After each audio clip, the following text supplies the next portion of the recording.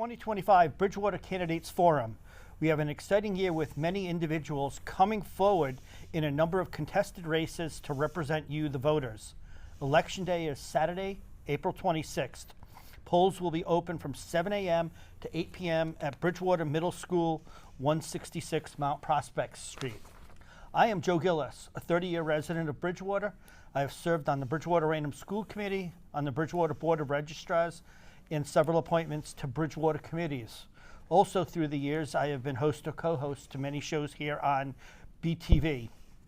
Together with my co-host, Lauren, we've spent many hours assembling themes and questions for tonight's show. We researched information from Bridgewater, Bridgewater Raynham, state websites to assist in verifying numbers for various questions. Numbers are not presented to debate details, but rather to help provide context for the question topics. For the viewers watching at home, we have not shared the questions with the candidates in advance of this forum. We did share the themes for them, for instance, infrastructure, the new town manager, or municipal finance. To explain what the format will be as we go through the show, prior to entering the studio, the candidates drew numbers to determine the speaking order. Each candidate will have a 1-minute opening statement. Then the moderators will ask mutually agreed upon questions. Each candidate will have up to 2 minutes to respond to each question. Now, many of the questions have multiple parts. If the moderators have to repeat parts of the questions, the candidate's response time is not impacted until they begin speaking. Time permitting, after the main questions, we will have several short answer questions that we may quickly cycle through with each candidate.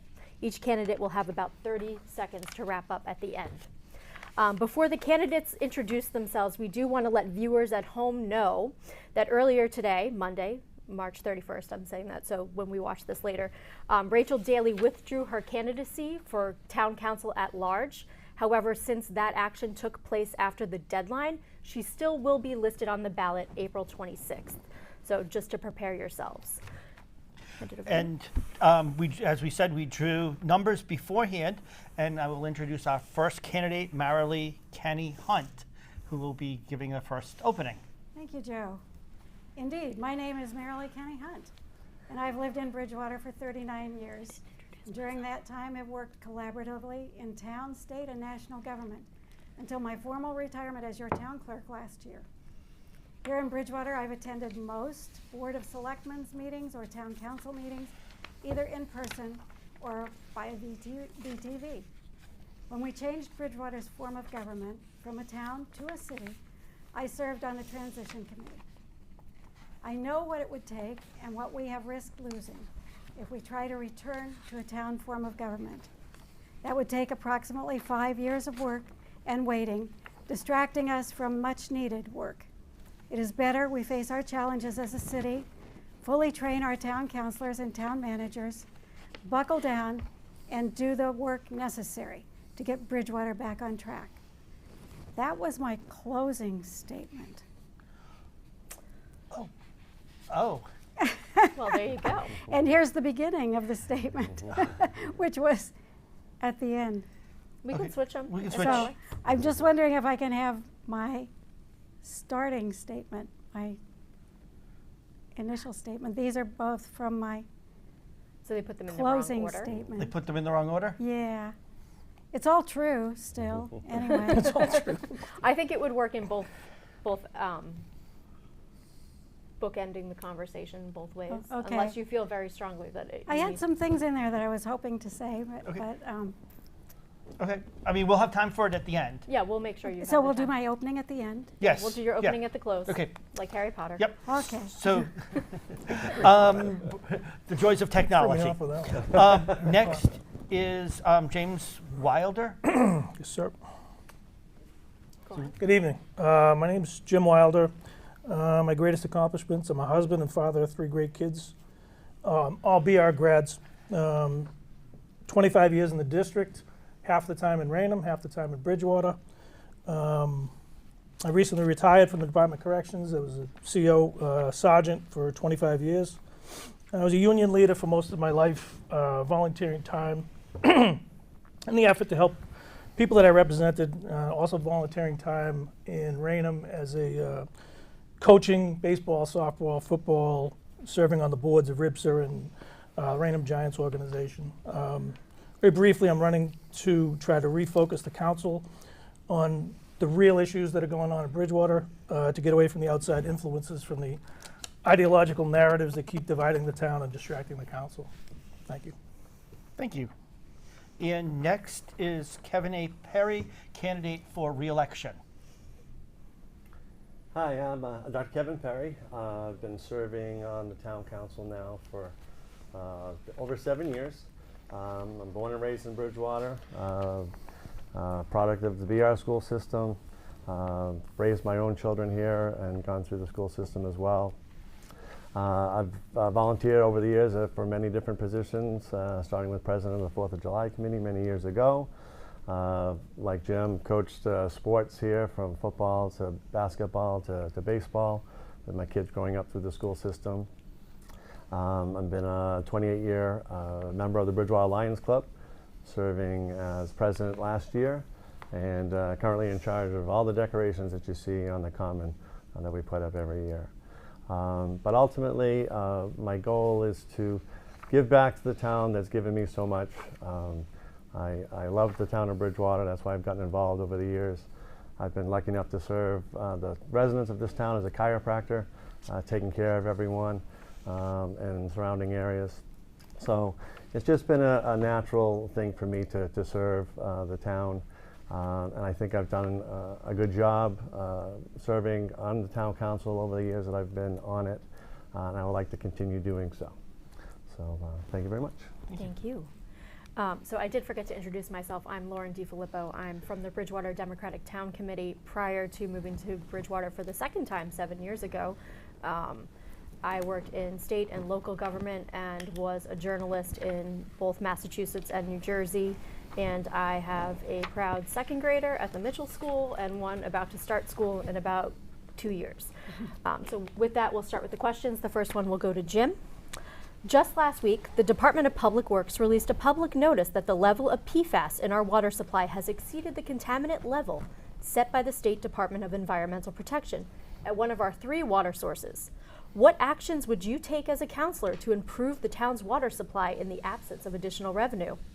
The town's capital improvement plan outlines the projects needed to keep our roads, utilities, and public spaces in good repair, funded through a combination of tax revenue, grant funds. How would you effectively balance our much-needed development in town without overburdening our existing infrastructure? During the town council a couple meetings ago, the superintendent produced a presentation on different ways to address these problems, and the water is obviously top. The hierarchy of needs, it's up there with air, so we need water. We need clean water, and he was expressing the need for grants, a combination of grants, loans, bonds. I agree with that. I think that's the way we need to fund these things, and we need to clean them up. That's about it. Okay, same question to you, Kevin. Do you need any of it repeated? It It was long. Yeah, it was a long one. Give that to me one more time. Sure. Just last week, the Department of Public Works released a public notice that the level of PFAS in our water supply has exceeded the contaminant level set by the State Department of Environmental Protection at one of our 3 water sources. What actions would you take as a councilor to improve the town's water supply in the absence of additional revenue? The town's capital improvement plan outlines the projects needed to keep our roads, utilities, and public spaces in good repair, funded through a combination of tax revenue and grant funds. How would you effectively balance much-needed development in town without overburdening our existing infrastructure? Well, again, there is definitely a plan that's been outlined through the Water and Sewer Commission. They just presented at our town council meeting not too long ago. There's a 5-year plan. I mean, the cost is over $130 million over that time frame.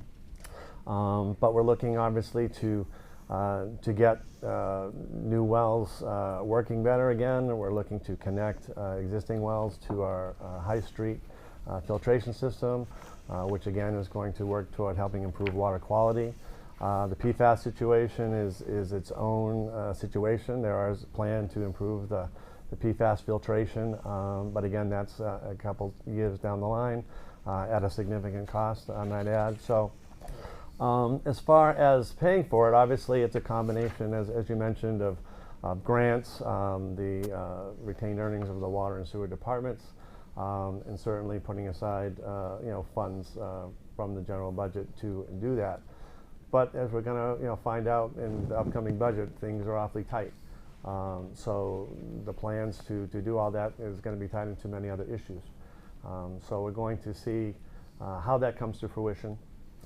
But most definitely it's one of the top priorities here in Bridgewater, and I do want to continue working on that with the new town manager who's coming in to the town here, hopefully July 1st, as well as the rest of the council and the water and sewer department representatives. It is on the books. It's not, nothing has been ignored. There's been a plan in place. The council has been talking about it, but the funding is the ultimate thing. Thank you very much. Thank you. Marilee, same question to you. Do you need it repeated? No, I'll just take a shot at it here. Sounds good. I guess one of the things that was standing out to me was the PFAS, because I want to say that that is not just specific to Bridgewater in any way, shape, or form. That is a national problem. It's probably an international and world problem, which is very difficult. My husband's a marine geochemist and dealt with that sort of thing all the time. So the fact that our level was what it was really what the state level said it was, which was better than a lot of other state levels. So it's not good that it is what it is, but there are not any great solutions to it anywhere yet. And what there are very, very expensive. So yes, it's in the plans to be worked on. I know that we have, I had a copy of the Bridgewater Water Department's plan from 2024. So I know, as Kevin has mentioned, things are in process. They're going. I remember Town Manager Dutton saying that, well, just back to the PFAS for a minute, that the PFAS level that we were at was equal to 1 drop in 3 Olympic-sized swimming pools. So it's rather diluted, not saying that's good, but just saying that's where it is, and we have a plan in place, and as Dr. Perry said, the town water and sewer folks have presented to the council, which means it was presented to the whole town. You can pick it up on BTV and see what they said. I'm not any sort of expert on water quality control, but it is happening. And I also remember Town Manager Dutton saying to me, it's probably a 40-year process to get it all done exactly what we need to do. Lots of changes. So, and that's what I'll say. Thank you. Thank you. Next question will be going to Kevin. For many years, local leaders have discussed the deteriorating state of roads and infrastructure. The latest estimate for highway maintenance project is approximately $70 million over the next 3 years, with about $50.8 million noted as debt exclusion funding source. Vehicle traffic is not the only cause of wear and tear on our 117 miles of road in Bridgewater. Significant weather events have become more common, from drought to extended periods of freezing temperatures and increased stormwater. In your opinion, is our town effectively considering these factors when planning and budgeting, including pursuit of state and federal grants for capital improvements to our roads, drainage, and water infrastructure? What will be your approach to this matter? Well, currently, roads is a huge priority, and the infrastructure underneath those roads. Many roads can't be repaved until the infrastructure underneath is addressed, which is the concern for many residents when they see roads like Vernon Street and South Street not be addressed. But the problem is the infrastructure underneath needs to be addressed. To do 1 mile of top coat on any road is about $350,000, and that same mile to include infrastructure costs $1.6 million. We get only about $1 million a year in Chapter 90 funds, and the rest is basically up to the town to budget that amount. So again, right now, there's not a lot of money at this point in time to address a lot of the road needs that we do, but we need to make more plans for that. The goal is to obviously pursue more funding sources, whether it's through a debt exclusion or what we may talk about later could be a possible override vote to cover those types of things. But ultimately, it's something, there is a plan in place. There's a hierarchy of which roads need to be done. That's being covered by the DPW. So as soon as the funding sources are realized, then a lot of those roads will be addressed. They're already working on the Flag Street area where they had the sinkhole situation. So that's one of the priority roads that they're doing right now. So I think, again, our DPW is doing the best they can with the funding that they have. And we'll certainly strive to get more roads done when the funding is brought into town. Thank you. Marilee, the question to you, or do you need it repeated, or you're? Just do a quick one of it, Joe. What did it? The latest estimate for highway maintenance is approximately 70 million, with about 51 million noted as debt exclusion. We have 117 miles of roads. There's a lot of factors impacting the status of the roads. What would be your approach to addressing this? Again, I think it's something that we have been addressing. I think there are plans out there. There are applications for grants, and some of it very much is tied even to what we just discussed with the water situation too, because there are wells that need to be connected to various places and they run under roads and all of that sort of thing. So as Dr. Perry was saying, there's a lot of restructuring that needs to be done, and miles of it in Bridgewater. I think we know whatever are the roads that have been done because we all want to go drive on them because they're so much nicer than driving down some of the others. But it has been calculated. It is figured into the price. And yes, we're going to be asking for the state and federal government to support us in some of the funding. And that's going to be a serious problem because Massachusetts is not going to be receiving a lot of federal funding, which is what then comes down to the cities and towns. So that's going to cause a bit of a problem for us as we go seeking funds for it. But certainly, I would wish that we could put these two things at the top of our list and say, let's get these fixed this year.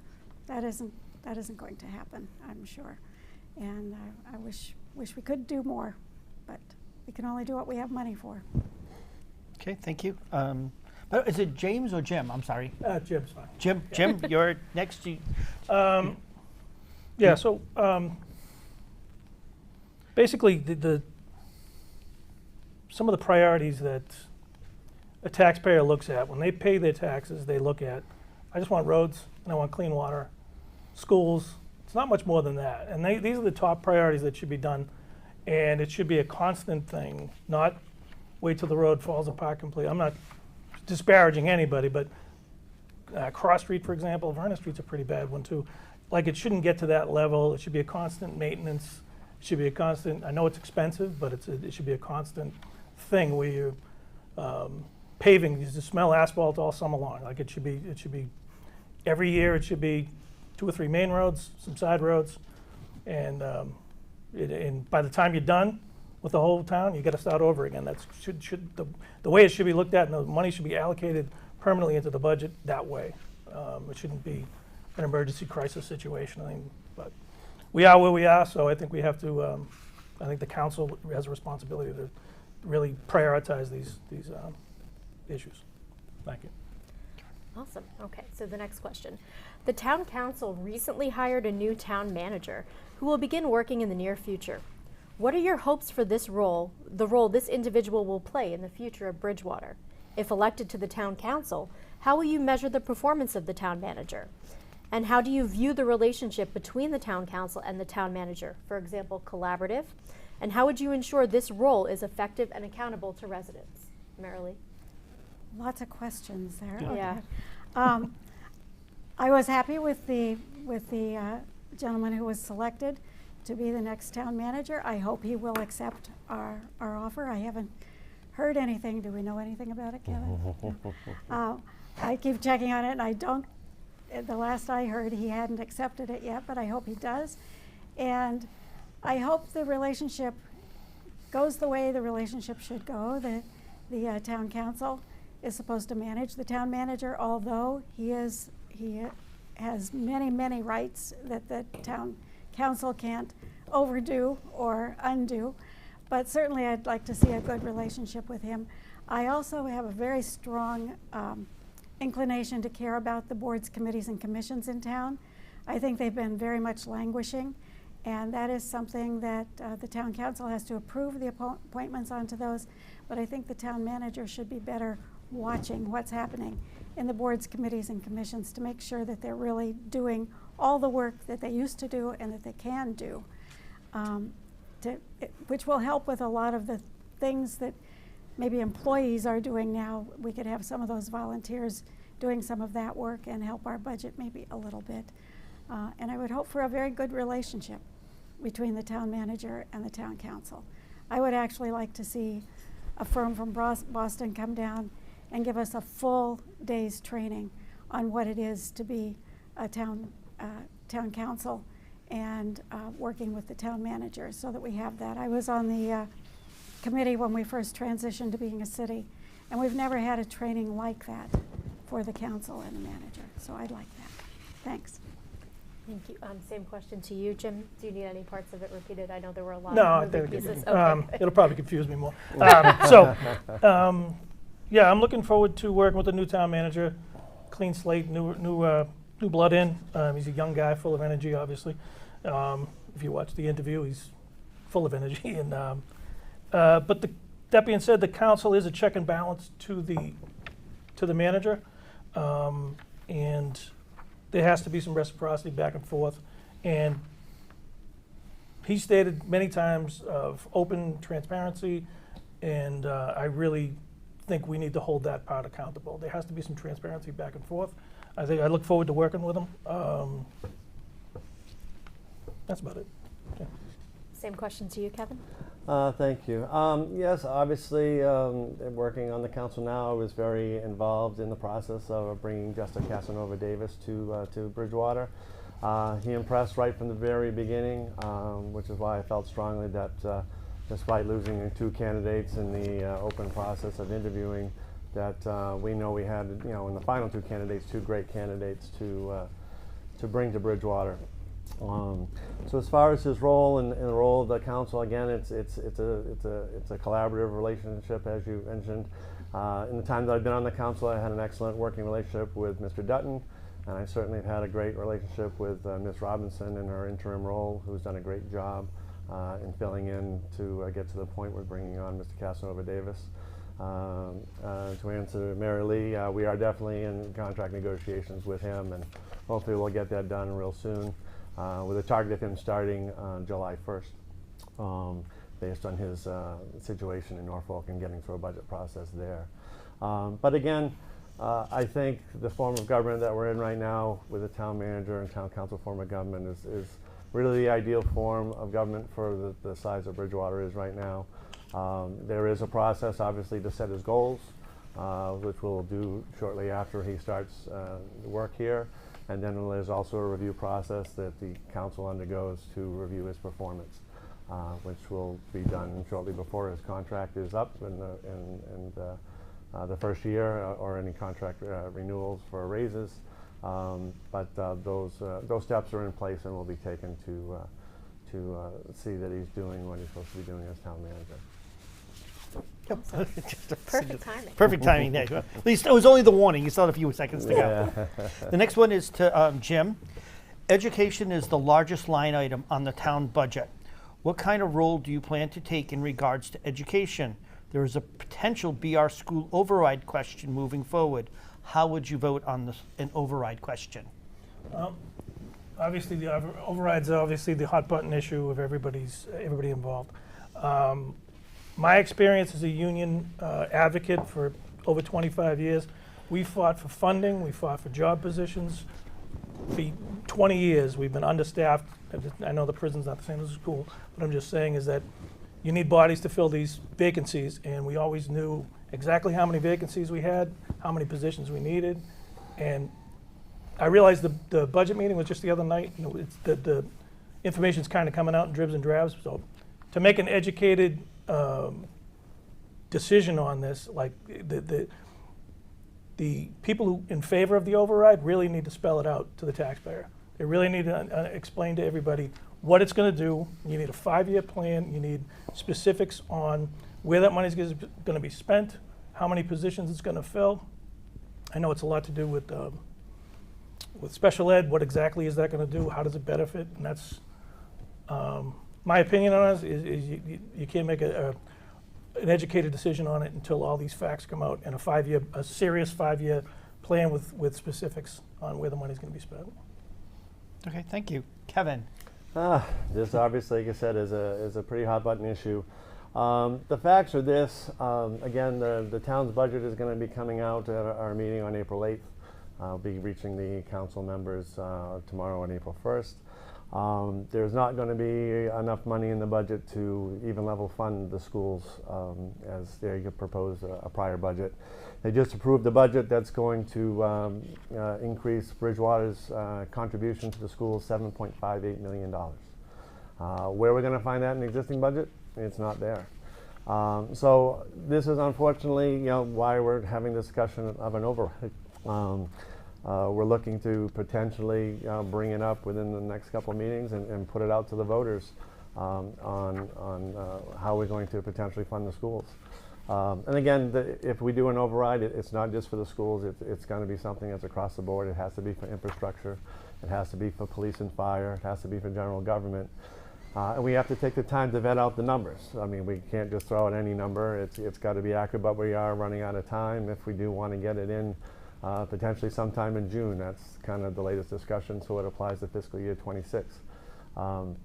It's got to be tight, and I don't know if we can get it vetted in time. In my State of the Town address, I suggested that we push it to October, November to educate the public enough to get enough support behind an override, but I don't think we have that kind of time. So we will try and get as much information out there to let people know. I'm certainly concerned for retirees and for veterans. I do not want to see them priced out of their homes.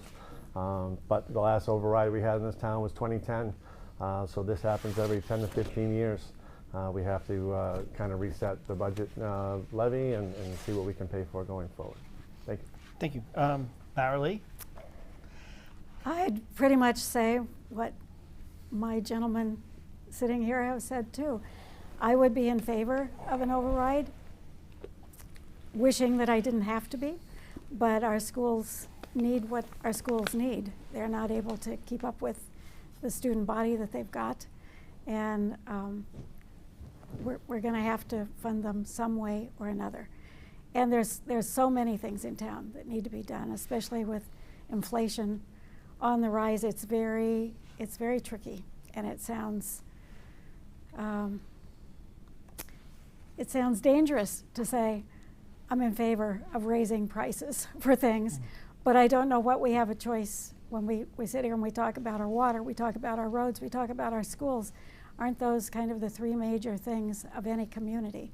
And we're lacking in all of those things. We have to find a way to have them go forward. I know, been a part of overrides in Bridgewater before and watched them go down time after time until we finally got a new high school. So I'm not at all convinced that we can make an override happen, but I think we have to try. Alrighty, the next question. Redeveloping our downtown and town common are critical to Bridgewater's future. How do you see the role of the town council in attracting new businesses and increased development to town? Knowing that potential significant financial impact for these, in the case more than $1 million, that's how we're defining major, in district improvement financing from downtown development is not expected to hit our general fund until 2030. What other steps can Bridgewater take to strengthen its tax base and improve its infrastructure without compromising our stabilization fund or our bond rating? What role, if any, do you think our water quality and infrastructure capacity plays in the town's ability to attract commercial and industrial development? I believe that's to Jim or Marilee first. I thought it was Kevin. Okay, Oh, Kevin. yes, Sorry. sorry. Sorry, I didn't say that at the Yes. outset. No, that's fine, not a problem. Well, obviously, this is something I've been working closely with. I'm the chair of the Downtown Revitalization Committee with the Town Council. There's been a number of meetings through the Community and Economic Development Department regarding the downtown redevelopment. We've brought in an outside firm analyzing traffic flow and parking and a number of different issues of the common. So there's a plan in place, nothing set in stone yet. There's been different iterations of traffic flow, potential roundabout, all different ideas. Again, also needs funding to do, but nothing is completely set in stone yet. But improvements need to be made, to improve the walkability of the downtown, to make it safe for someone to walk to the common and spend some time there, to walk to the different businesses, to create some connection between BSU and the downtown. Two big projects that are on deck right now are the Old Friendlies project and the Perkins property. Both are mixed use, both obviously mostly 1 and 2 bedrooms, but they do have businesses on the first floor. They will bring tax revenue to the town in a variety of different ways, not only for their building process and tying into water and sewer, but also an excise tax, meals tax if restaurants are set up. So there's a variety of different income potential for these new developments. So I think that's important for the growth of Bridgewater right now. Our growth from last fiscal year to this is still hovering around 500,000 to 600,000. Where in 2022 that number was 1.6 million. So we're $1 million shy on new growth here in town in just a few years. So that obviously hits the budget pretty toughly. So we need to continue to try and find good projects to bring to Bridgewater. And again, most of those nowadays are mixed use because those are the ones that banks are financing. I would say that I think one of the best things that can happen to our downtown region is the form-based code that was introduced by the Community and Economic Development Department probably maybe a year and a half ago. I'm not sure how long ago it was that it was introduced, but certainly it gives us a really good structure for what incoming businesses should be, and if we can follow that structure. I was a little disappointed in some of the stuff for the Friendlies change because we kind of just immediately had introduced our form-based code and accepted it, and all of a sudden are changing the rules with it and saying, well, let's go to the ZBA and not do that. That's not in my mind what we should be doing. If we're going to offer them some sort of alternate opportunities down there, certainly not a TIF. A DIF will work, and perhaps like we did out with where the Amazon station is out on Elm Street now. They did a DIF when they came in, which allowed the road to be repaired and all of that, which made a really big difference to the town, and let them do that in lieu of their taxes. So perhaps we can think of things like that, but I would not go for a TIF in the downtown. I'd really like us to stay with the form-based code and bring in businesses that way. Thank you. Same question to you, Jim. Very briefly, so something has to go into Broad Street and the Foundry. I'd be surprised if the Foundry project, I mean, just talking to different contractors and stuff, I'd be surprised if the Foundry project doesn't qualify for a Superfund site to clean up all that, remediate all the soil and stuff like that. So, I mean, that would be a good project. If it's not, I haven't seen the final plans of any of these things. So, my question is, we have such a low commercial rate as the last time we had a meeting. We have such a low commercial rate. Why can't we bring in more commercial businesses? I don't understand that either. Is it a red tape thing in town, or is it a problem? People don't want to do business here, like traffic problem. I don't know what it is. And if the rates are so low, why? Someone was talking about giving incentives to the new building. Why would we give incentives? If the rates were already so low, why would we give incentives? I don't understand that part. To bring in new revenues, those two projects would do well, I think. If it's not, if it's commercial rate, and there's always the option to raise the commercial rate. We're lower than every other town around. We could do that. That's about all I got. Thank you. The next question, I'll start off with Marilee.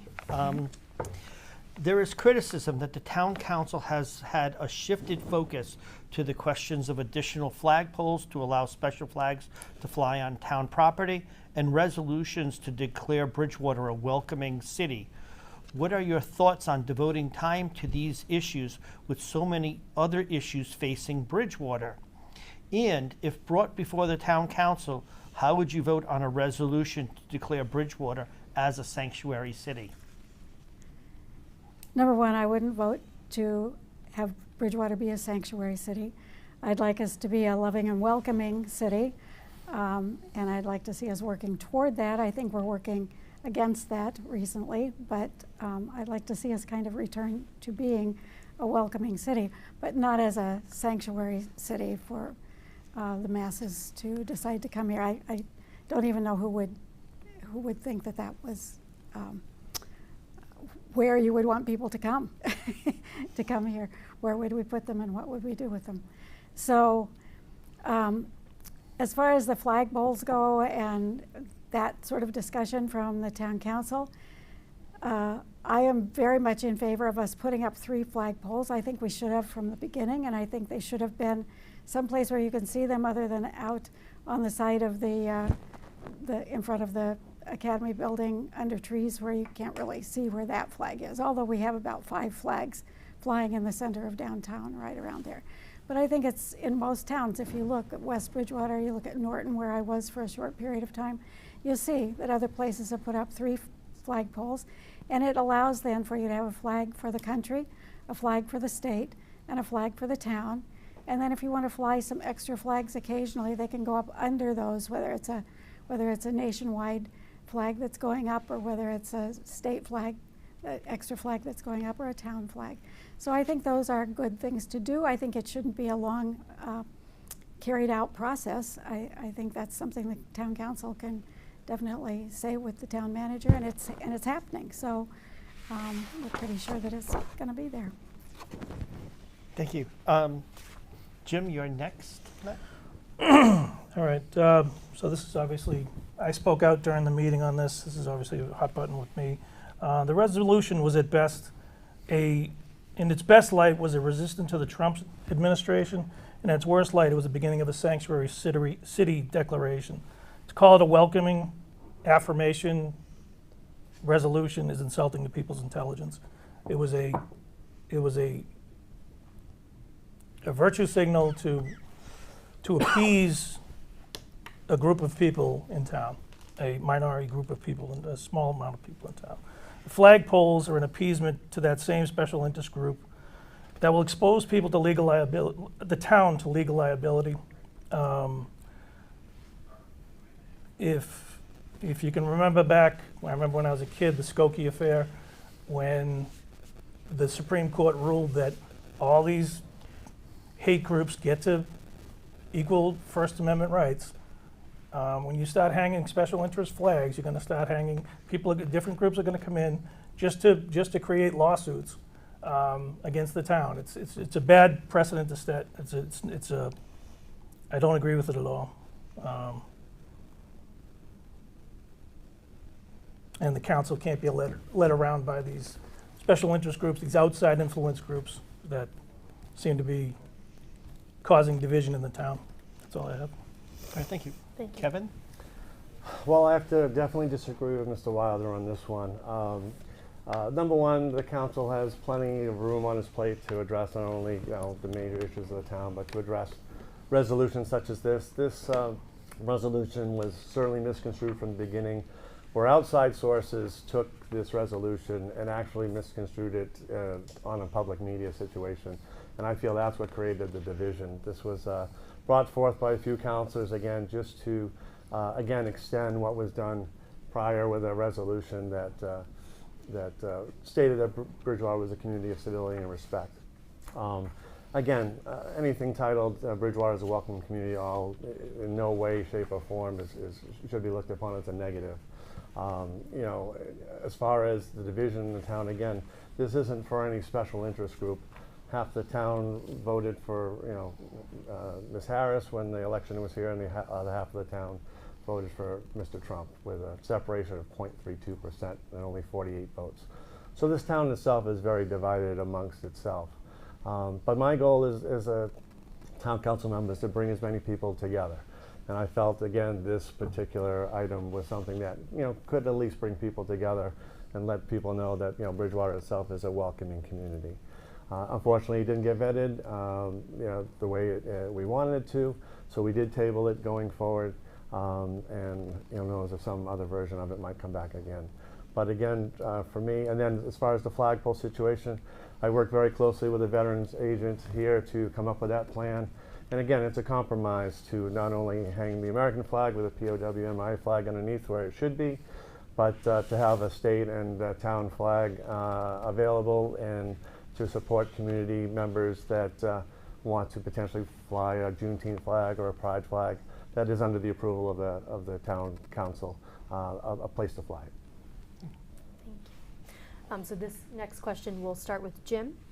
The average single-family residential tax bill in Bridgewater is currently $7,027 this fiscal year, which ends on June 31st. Residential property taxes make up over 85% of our revenue, while commercial and industrial are only 7% thereabouts. Our new growth figure, that is the amount that would have been generated if the value had been included in the previous tax year levy, is on a 3-year downward trend.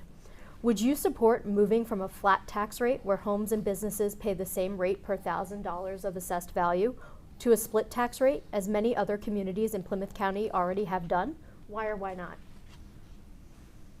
I don't know what that is. I'll be honest with you, I have no idea what that is. You kind of touched on it earlier. So right now we have a flat tax rate that assesses commercial property and homes at $11.83 per $1,000 split, you of mean value. between Yeah. residential and commercial? Yes. Correct. Oh, of course, Rather yeah. than it being flat. Yeah, I said that earlier, so Yeah. I didn't know if there was some other No, avenue good that we were question. talking about. So I can admit when I don't know something. No, that's So good. yes, I would. If you need to increase the commercial rate, I mean, I don't know what the holdup is. And Route 18 is perfect for industrial and commercial expansion. I know there's water and sewer issues over there, but it seems to me like a lot of open space to add commercial buildings to. We could attract that way, and like I said, it's still cheaper than every other town. I mean, I think the other towns, I don't have it in front of me, but the other towns are like 20% or 18%. We're only like 12. It's the same as the residential rate. I think we could do better by expanding the commercial base and possibly increasing it by a couple of points and still beat the other towns. Thank you. And I'm going to correct myself, June 30th, not 31st. Just adding days to the year. It's not a leap year, wrong month.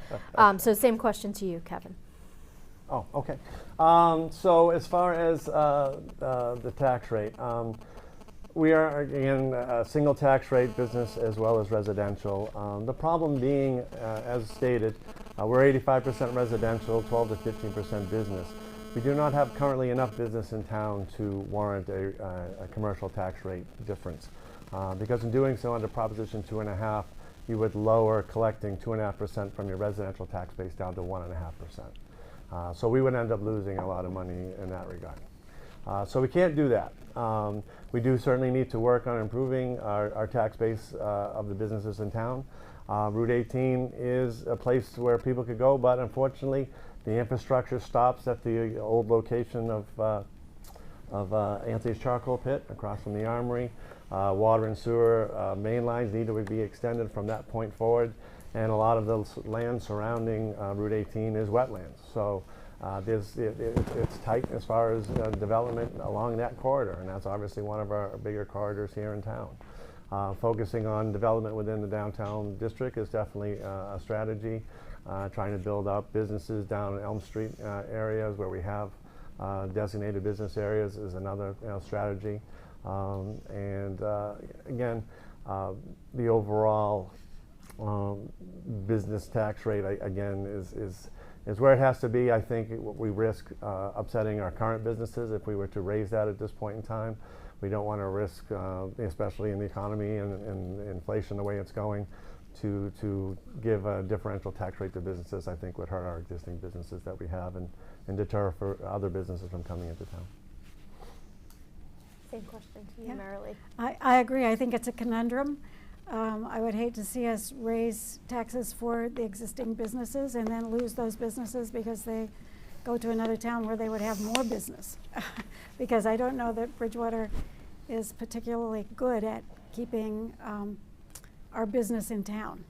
I think a lot of us go other places to shop rather than here in town. Maybe we don't have enough of everything we want here. But I would like us to encourage more businesses to be here, and I'm not sure that raising our rates is how we do that.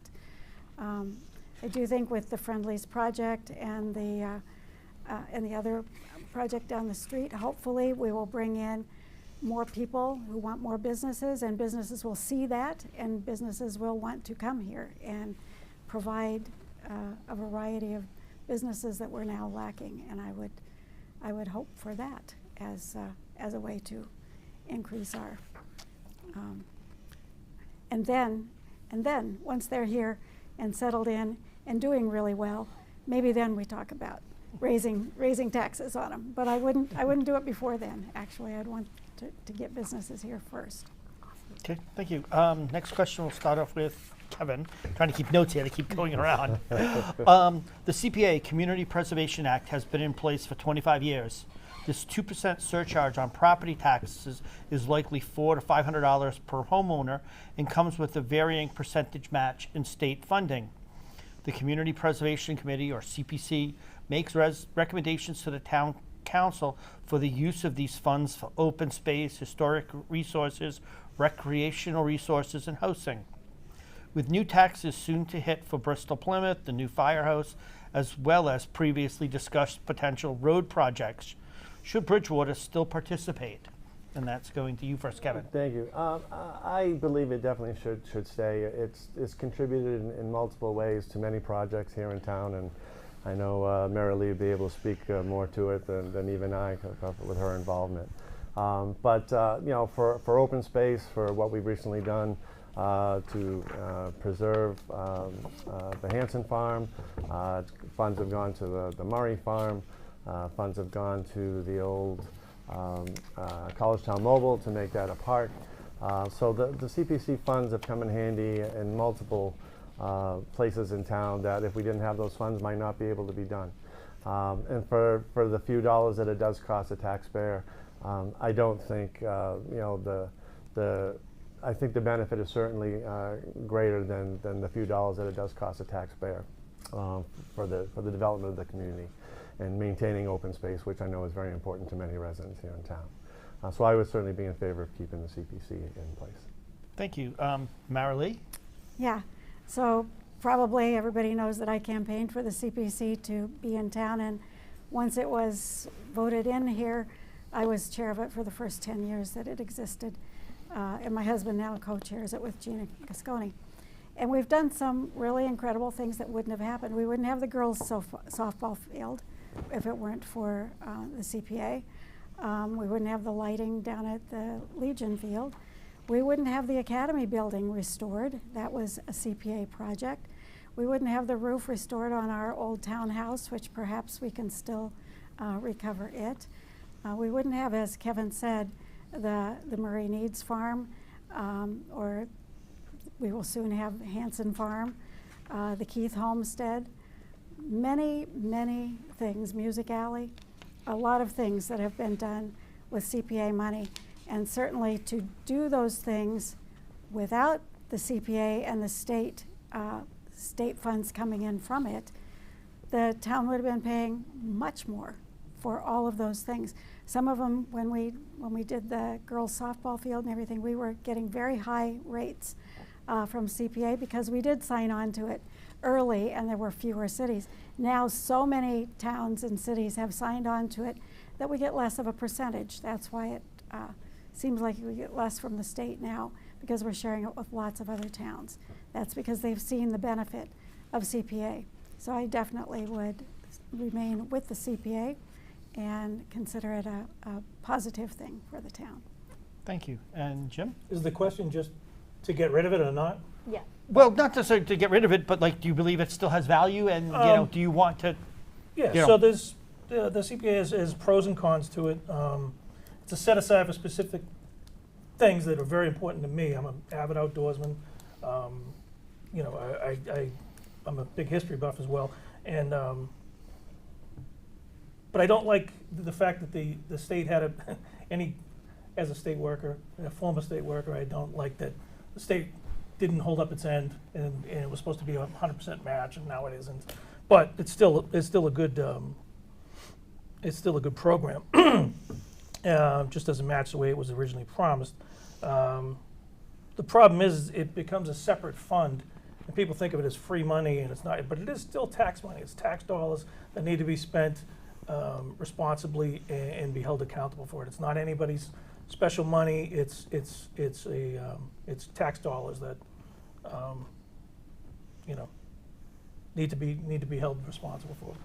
That's what I wouldn't get rid of it. It's a nice thing.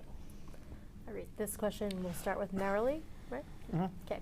The work of the town councilor is varied. You handle everything from animal control questions to approving a balanced municipal budget. With this in mind, please explain your approach to handling controversial or complicated issues. And residents from across the community have asked for better communication and greater transparency from town government. How would you effectively address this need? I agree with residents, since I am one, that there needs to be better communication and speaking. My initial thought when I decided to run for this position was to say I would have Monday hours in somewhere in the town hall, not in the town hall, but in the academy building, and just say Monday evening from, I don't know, 4 to 8, I'll be there reading a book or whatever, and you can come in and talk to me about whatever you want, so that we have a definite place, and maybe even Friday, because, no, I think Monday was the day I thought, because the town agenda is set by noon on Friday, so people see it then, and the council meets on Wednesdays. So you could say Monday, you can come in and talk about what is going to happen on Wednesdays if people want to, or they could, if it's skipping that week, because you only meet every other week, they could talk about what they wanted to see on the agenda for the next time, and really give citizens a chance to come in and speak and voice what they want to voice, and see if we can't make sure that they're feeling very included. I like it when you go to the meetings and there's lots of people there. I'm not sure I love it when everybody who comes has just one thing that they're trying to put forward. But maybe that's it, you know, to have groups there. But I would like to see more people interested in watching the council meetings, seeing what the council is doing, and feeling that they are being included in what the council is doing. Same question to you, Jim. Yeah, so it's a balance of listening, collaboration, also the ability to say no as well. 25 years working with the most difficult people in the state, and 15 of them as a supervisor. You're problem solving all day long. You're dealing with plumbing issues, you're dealing with housing issues, you're dealing with stuff that people complain about, and you have to prioritize and filter the way the things that need to be prioritized. Again, focusing on the water and roads would be the first thing, but I prefer coffee hours, not office hours. I'm not a professor in a college or something. But yeah, you have time. My door would always be open. I would never have any problem answering any questions. Since I put my name in, and you put signs up around town, I've been bouncing around at people's houses all over town because they hit me up on Facebook, and you go talk to them. You find out a lot of different things that you didn't know before, and it is a collaboration, and you have to understand a lot of different things. So, yeah, I'm looking forward to it. Same question to you, Kevin. Can you just give a little synopsis on Sure. that question one more time? So, how would you explain your approach to handling controversial or complicated issues? And people have talked about having better communication and greater transparency from town government. How would you work to address that need?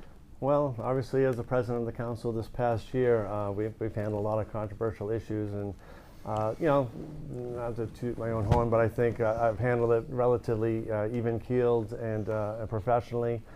We've let everyone at town council meetings speak, obviously trying to keep them under 3 minutes, but sometimes we let people go a little over.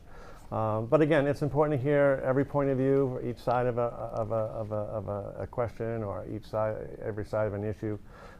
So that's been my goal as president, to allowing as many people to speak up as possible at citizens open forum or comments at the end. As far as communication, my goal has been to communicate with as many people as possible. I'm an open book, and I've been open door. If anyone wanted to speak with me on any issue, I felt very approachable. I try to be responsive to emails. I do run a business here in town, so many times outside of my office hours, it's tough for me to have any specific open times to meet with people at a coffee shop. But again, every other aspect, whether it be a phone call or an email, happy to answer any questions or share any input on anything. Again, this is how I feel and how I approach being a town council member. I'm here to help support the people. And again, as I mentioned earlier, it's a difficult job, because one time we might be supporting half the town, but the other side of the town looks at it differently. So it's difficult to support everyone. We need to find a way to meet in the middle and try to reach some conclusions that benefit everyone in town as much as possible. Thank you. The next question will start off with Jim. As of last month, there were vacancies on 28 of Bridgewater's 29 board committees and commissions. Some in the community have stated that they have expressed interest, have formally applied, but have not received acknowledgement or response. What action would you take to increase participation and engagement in the community, in government in the community? It's a question I didn't expect to hear. Actually, I'm one of them. I applied for a couple of different things, never heard back from anybody. I don't know why. I don't know if it's maybe because I'm running for office, and I don't know what it was. But the way you fix it is to bring people in. If they want to take time out of if they're willing to take time out of their day. We had like 1,000 people at the last council meeting. We had an overflow room on the other side, and if people want to actually, dedicate their time, they need to be heard. They need to be, you need to answer their questions and feel like they need to be heard. And if they won't be willing to join a committee, there's no reason why you shouldn't put them on there. Forget about politics. Forget about their opinions. If somebody wants to volunteer for the conservation committee, put them on it. Give them a shot. If they don't want to do it, it's a revolving door. It's a voluntary thing. Like let people step up. The more people get involved, the better this community is going to be. The more people understand it's not all that easy to get these things done. There's bureaucracy everywhere with every single project that goes on. So I think when people experience that, they get a better understanding of how it goes. Okay, thank you. Kevin? Yes, obviously this is a major issue for town. We have Josh in the town manager's office, who is in charge of the boards, committees, and commissions. So anyone who is interested in applying for one of those spots, I would encourage reaching out to Josh. My question to those that didn't hear any responses is, did they send the email to the right person? But for those that do want to get involved, please, there's plenty of room in a variety of different commissions and committees, and we need your help. Again, a lot of people live out of town, work out of town, so it's difficult for them to get back to meetings. Zoom has made it easier for some committees that do meet by Zoom to get some volunteers for those boards. So I think that in itself may help to get more people to volunteer. But in the end, the town doesn't work unless we get volunteers to work these boards and commissions. So as far as the process, again, there's a process for a Citizens Review Committee to look at the applications and vet the individuals for these committees. So I think the right process is in place. We have the right person in place to contact. So my only hope is we can get more people to volunteer on those committees. Thank you. And Marilee? Yes, I am really a supporter of the boards, committees, and commissions, and I was very disappointed as town clerk to see how they had dwindled and weren't being really maintained or respected or getting assistance from the state, from the town government. They were kind of out there on their own without anybody giving them much guidance or support. So I would look for more of that, more support for them from the town manager. That was one thing I really liked about our new prospective possible town manager. I asked him specifically what he would do when we did the meet and greet, what he would do for boards, committees, and commissions. And he said, I really like this, that he only was going to be 15 minutes away. He has a 10-month-old baby at home. He can go home from work, have dinner, put the baby to bed, he and his wife put the baby to bed, and he can come back and sit in on board, committee, and commission meetings to hear how they're doing and see if there's anything that they need for help.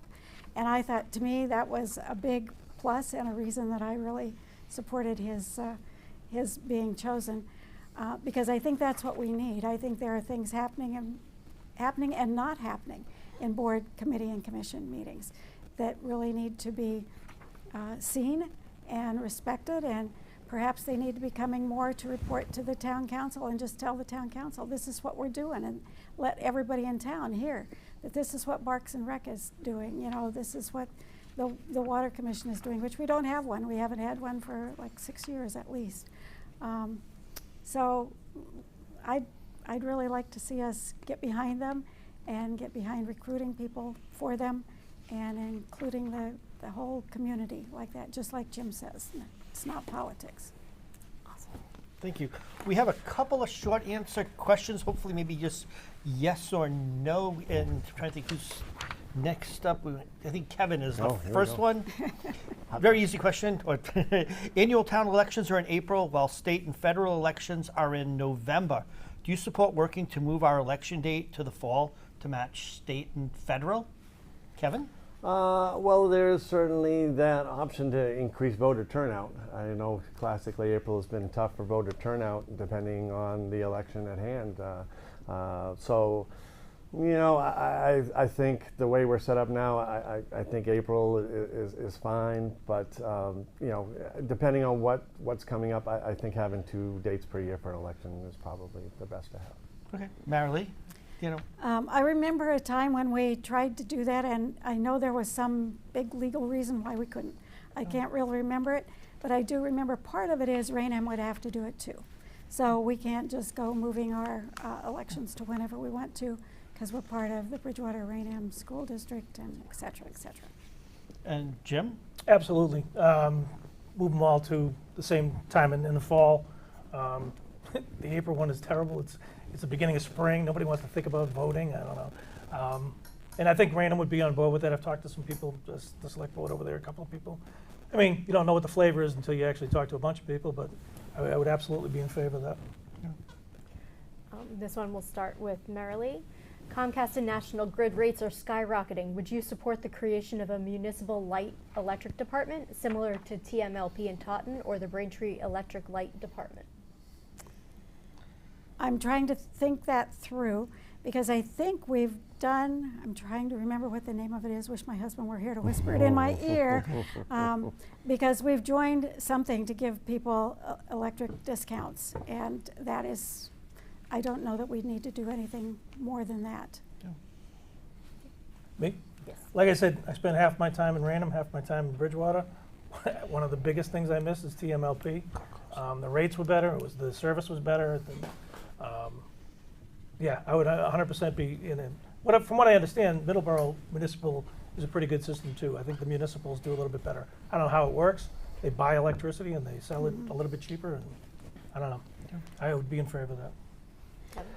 Well, it depends what it takes to form one, but you know, to what Marilee was referring to as an energy aggregation situation that her husband's been pretty key on putting together. So I would at least like to see that start, to see what kind of savings we could get our town residents.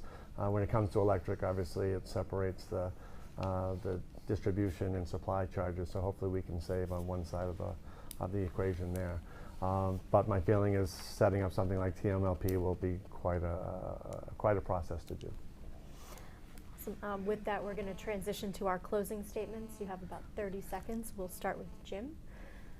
Just to remind voters who you are, how to contact you if they're interested in learning more. Yeah, just to close, again, I'm running to try to refocus the council on real issues, get away from the outside influences, ideological narratives that keep dividing the town.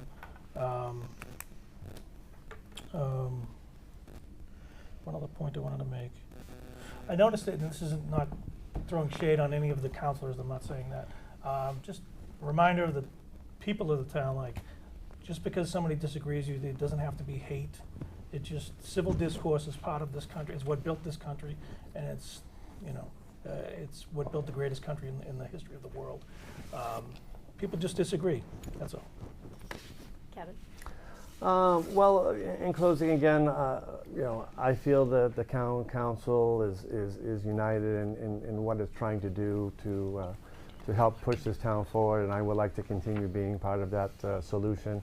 I think you heard tonight, I do have a pretty good knowledge of multiple topics here, and I like to continue to use the experience that I've gained in the past 7 to 8 years as being a member of the council to continue to move the town forward.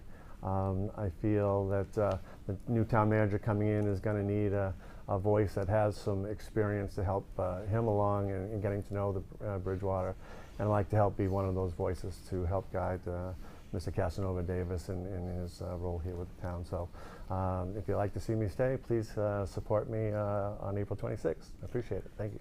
Thank you. And Marilee? I had done a closing statement, but I started with that, and so I'm not going to do it. And it's too long anyway, because I thought it was supposed to be 2 minutes long. So I would just say I would love to serve this town. I've always served this town as best I could, wherever I was. I've worked for a state and national and local government for a long time. I think Bridgewater needs some capacity to just remember that we are a town. We are a town that I don't want to lose. I want us to stay friendly. I want us to stay welcoming to all of us. I don't want us to be divided. Of course, we're always going to have differences of opinions. We're people. But I'd like us to be able to sit and discuss those things carefully and respectfully and make our compromises so that we can keep our town lovely and beautiful and maybe improve our roads and our water and everything, do it all together. That's what I'd like. Thank you so much.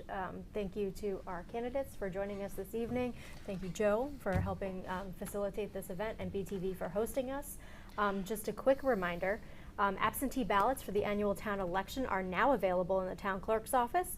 Registered voters can vote by absentee ballot if they're unable to vote at the polls on election day because of the following reasons: absence from town during the hours that polls are open, physical disability, or observing religious beliefs. To vote absentee, you can vote in person at the town clerk's office during normal business hours, which are listed on the town website, or you can download and submit the absentee ballot application form from the town's website. The deadline to apply for an absentee ballot for in-person voting is Friday, April 25th at noon. Registered voters can also request a ballot to vote by mail. Applications are available on the town clerk's website and the Secretary of the Commonwealth's online portal. The deadline for a vote by mail ballot is Tuesday, April 22nd at 5 p.m. For more information about either of these voting options, please call the town clerk's office at 508-697-0921. Thank you so much for joining us. Yes, we're going to take a brief break while we allow our candidates to leave and bring in our next couple of candidates. So thank you all. Thank you. I know. I started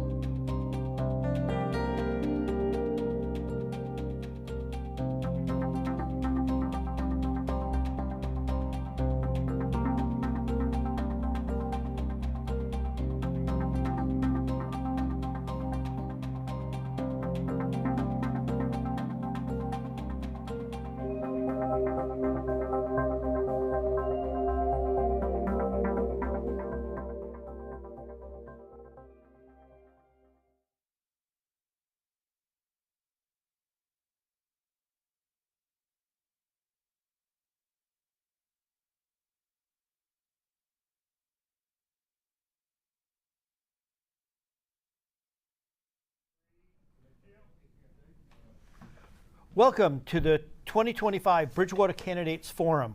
We have an exciting year with many individuals coming forward in a number of contested races to represent you, the voters. Election Day is Saturday, April 26th. Polls will be open from 7 a.m. to 8 p.m. at Bridgewater Middle School, 166 Mount Prospect Street. Hello, I'm Joe Gillis, 30-year resident of Bridgewater. I've served on the Bridgewater Raynham School Committee, the Bridgewater Board of Registrars, and have several appointments to Bridgewater committees. Through the years, I've also been host or co-host for many BTV shows and forums. Together with my co-host Lauren, we have spent many hours assembling themes and questions for this show. We researched information from Bridgewater, Bridgewater Raynham schools, and state websites to assist in verifying numbers for the various questions. Numbers are not presented to debate details, but rather to help provide context for the question topics. Hi there, I'm Lauren DiFilippo from the Bridgewater Democratic Town Committee. I've lived in Bridgewater for the last 7 years. I've been a state employee, a city employee, not in Bridgewater, and a journalist in both Massachusetts and New Jersey. I'm the proud parent of a Mitchell second grader and a soon-to-be Mitchell student in about 2 years. Getting into, for those of you who are watching at home, we have not shared these questions with the candidates in advance of this forum. We did share some of the themes that would be part of the evening. For instance, infrastructure, the town manager, and finance. The format for tonight's show will be, prior to entering the studio, candidates drew numbers to determine the speaking order. Each candidate will have a 1-minute opening statement. The moderators will ask mutually agreed upon questions. Each candidate will have up to 2 minutes to respond to each question. Many questions have multiple parts. If moderators have to repeat questions, the candidate's response time is not impacted until they begin speaking. Time permitting, after the main questions, we do have several short answer questions that we may quickly cycle through with each candidate. Each candidate will have 30 seconds to wrap up. With that, we'll start with the introductions with Johnny. John, you are up. Good evening. My name is Johnny Loretti, and I'm running for Town Councilor at Large because Bridgewater deserves strong leadership that's hands-on, accountable, and truly invested in our future. My motivation is simple. I want to help this town grow responsibly, modernize our infrastructure, and create more opportunities for our families. My personal mission is to help people, organizations, and in this case, our town reach their full potential, and I intend to do just that. I bring a unique blend of private and public sector experience. I'm a small business owner who successfully navigated the challenges of the past decade, and I previously worked as a civil engineer for municipalities. I know how to solve complex problems and bring people together to get results. In my first 4 months as your counselor, I've taken meaningful action. I've introduced legislation to bring state and grant funding to Bridgewater for PFAS remediation, played a key role in hiring our new town manager, and have worked tirelessly on our upcoming yet challenging budget. Finally, I've lended a helping hand right here at Town River Landing to bring this community space to its vision as a place for residents to gather. To learn more about my campaign, find me on Facebook at Johnny Loretti, Counselor at Large, or email me at johnnyforbridgewater@gmail.com. I'd be honored to earn your vote. Thank you. Eric. Good evening, everyone. My name is Eric Christensen, and I'm running for Town Council because I believe in improving the quality of life for all of us in Bridgewater. My motivation is simple. I want to provide better services to our residents. That includes affordable high-speed internet, better trash collection, ensuring clean and safe water even during the summer, and reliable town electricity. I also want to improve our town's website, making it easier to navigate. I want to promote our local businesses to create a vibrant retail and destination brand for Bridgewater. I see the potential of the new train and BSU's growing recognition to fuel our town's growth. With my background in tech, including bachelor's in computer science and over 25 years in software and IT experience, I believe I bring valuable skills to the table. I served on the Cable Advisory Committee and have worked with major companies such as Comcast and Verizon, so I understand how to make things work for our community. To learn more about my campaign and me, please reach out to me at t.e.christensen@gmail.com. Thank you for your time and your support. Thank you both. So we'll launch right into the questions. This first one will go to Eric. Just last week, the Department of Public Works released a public notice that the level of PFAS in our water supply has exceeded the contaminant level set by the State Department of Environmental Protection at one of our 3 water sources. What actions would you take as a counselor to improve the town's water supply in the absence of additional revenue? The town's capital improvement plan outlines projects needed to keep our roads, utilities, and public spaces in good repair, funded through a combination of tax revenues and grant funds. How would you effectively balance much-needed development in town without overburdening our existing infrastructure? So we've, where are we here? So I spoke with Jonas, our head of DPW, and he was explaining that a couple of the wells are going to be brought online next year, and that would help remediate these issues. The well that's in out of range, I would think we would take offline or remediate it as quickly as possible. But our plan is in place, and 2026 we're supposed to have our wells up and running.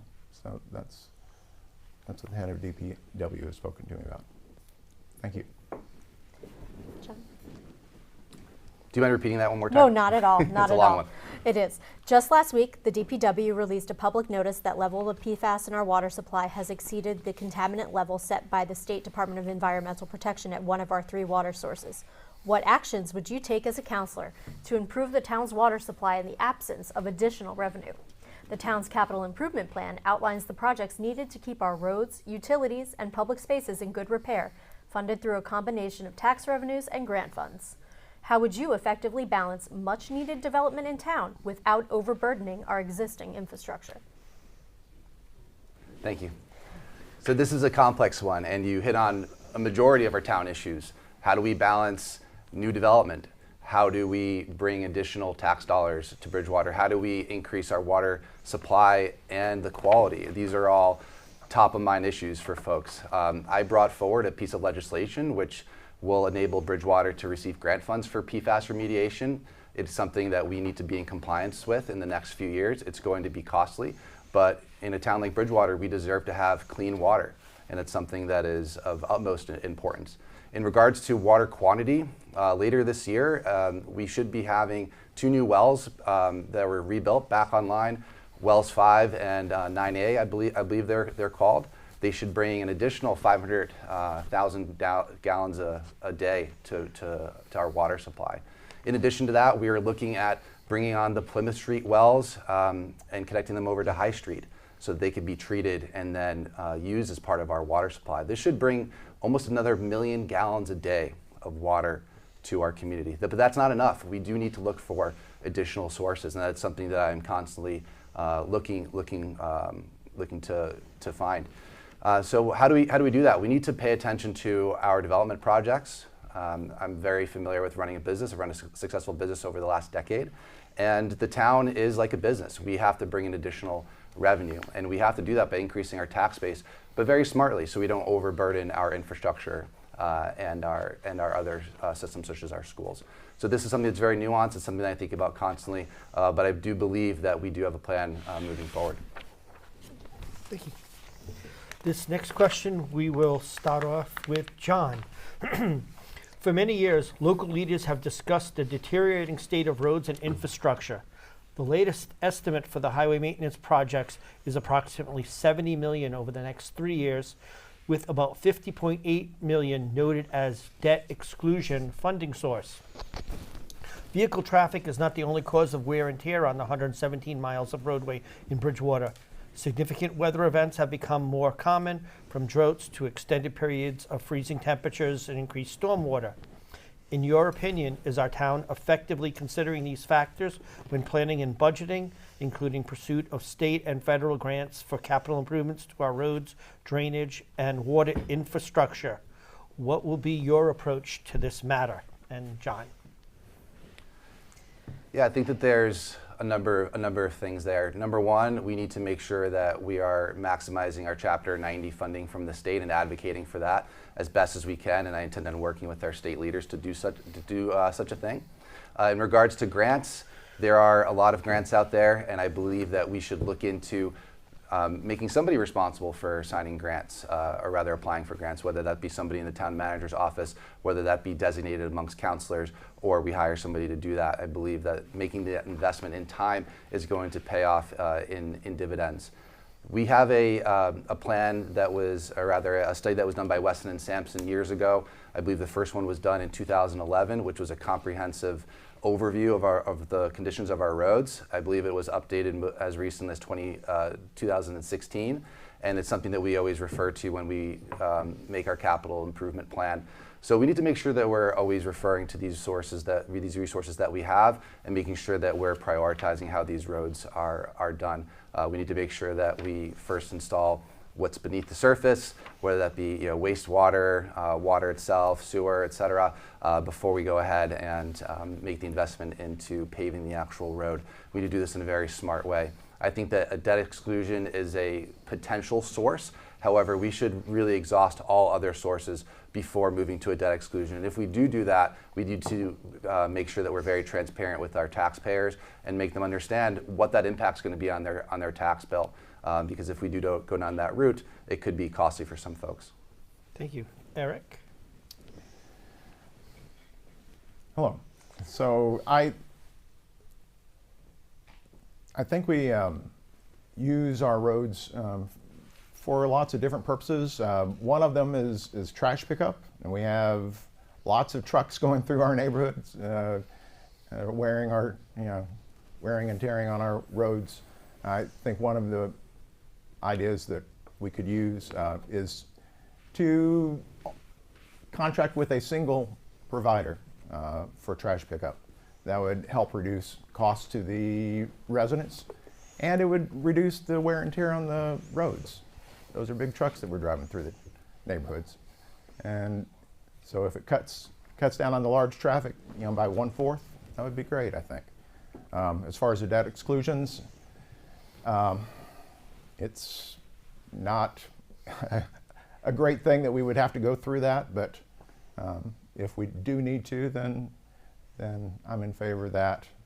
Like Johnny was saying, we need to explain to the taxpayers what's going on and come up with a plan, 2 or 3 year plan, whatever, to help remediate these road conditions. Thank you. Okay, we'll start with you with this next question. The town council recently hired a new town manager who will begin working in the near future. What are your hopes for the role this individual will play in the future of Bridgewater? If elected to the town council, how will you measure the performance of the town manager? And how do you view the relationship between the council and the town manager? For example, collaborative. And how would you ensure this role is effective and accountable to residents? So I was a manager at Verizon and Comcast, so this would just be a pretty standard managerial role. The town manager will have his duties that needs to take place, and we need to just follow up with him on a regular basis, make sure he doesn't have any roadblocks, anything that the council can help with his job, and get regular reports back as far as formally to outline projects he's working on and progress on those projects. It's pretty standard manager team approach. So. Thank you. Johnny? Sure. Do you mind repeating that one more Sure, time? no, not a problem. So we recently hired a new town manager who will be coming on board shortly. What are your hopes of the role this individual will play in the future of Bridgewater? And how would you measure the performance of the town manager? And how do you view the relationship between the council and the town manager? And how would you ensure this person would be effective and accountable to residents? Sure. So, as the counselor who nominated Mr. Casanova Davis, I'm personally excited to work with him. I see the town manager as the role is intended, which is the executive branch of our government.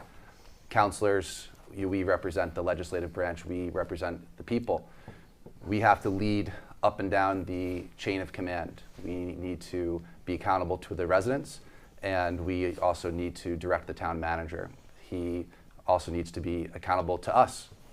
And we need to make sure that we carry out the will of the people. So I do see that relationship as one that is certainly collaborative, but we also can't lose sight as our duties as counselors,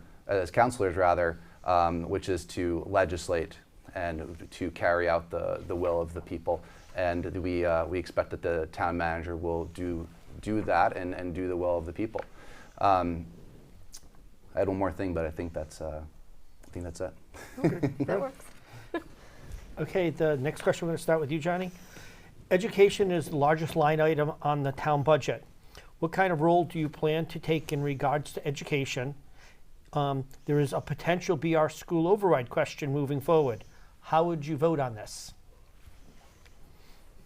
Well, considering that there isn't an actual override on the table, it'd be very difficult and irresponsible to answer that question. But I will say that any great society is built on the shoulders of its educated children, and I believe in making the full investment into our children. I believe that our children deserve what is best. I believe that they deserve smaller class sizes, individual attention, and they deserve to thrive. On the topic of an override, I would like to see an in-depth analysis of how we're spending all of our dollars at the school, and understanding what is an actual number that we need to lower the class sizes and take a priority into lowering class sizes. Not that we shouldn't pay attention to other programs, of course, but at this juncture, that is really what we need to be focusing on. We need to bring a number to the town, and we need to really communicate what that's going to do for the townsfolk.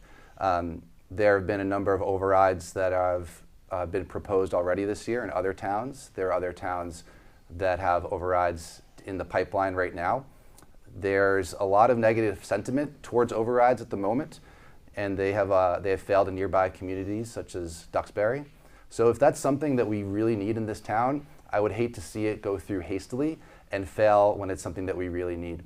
But like I said, we do have to take a step back and really understand what the impact is and what we're really getting if we're going to be asking people to dig into their pockets and to pay even more towards their property taxes, particularly those on fixed incomes. Thank you. And Eric? Hello. There we are. Yep. So, yes, the schools in Bridgewater are important. I mean, we are a college town, and we have an education branding.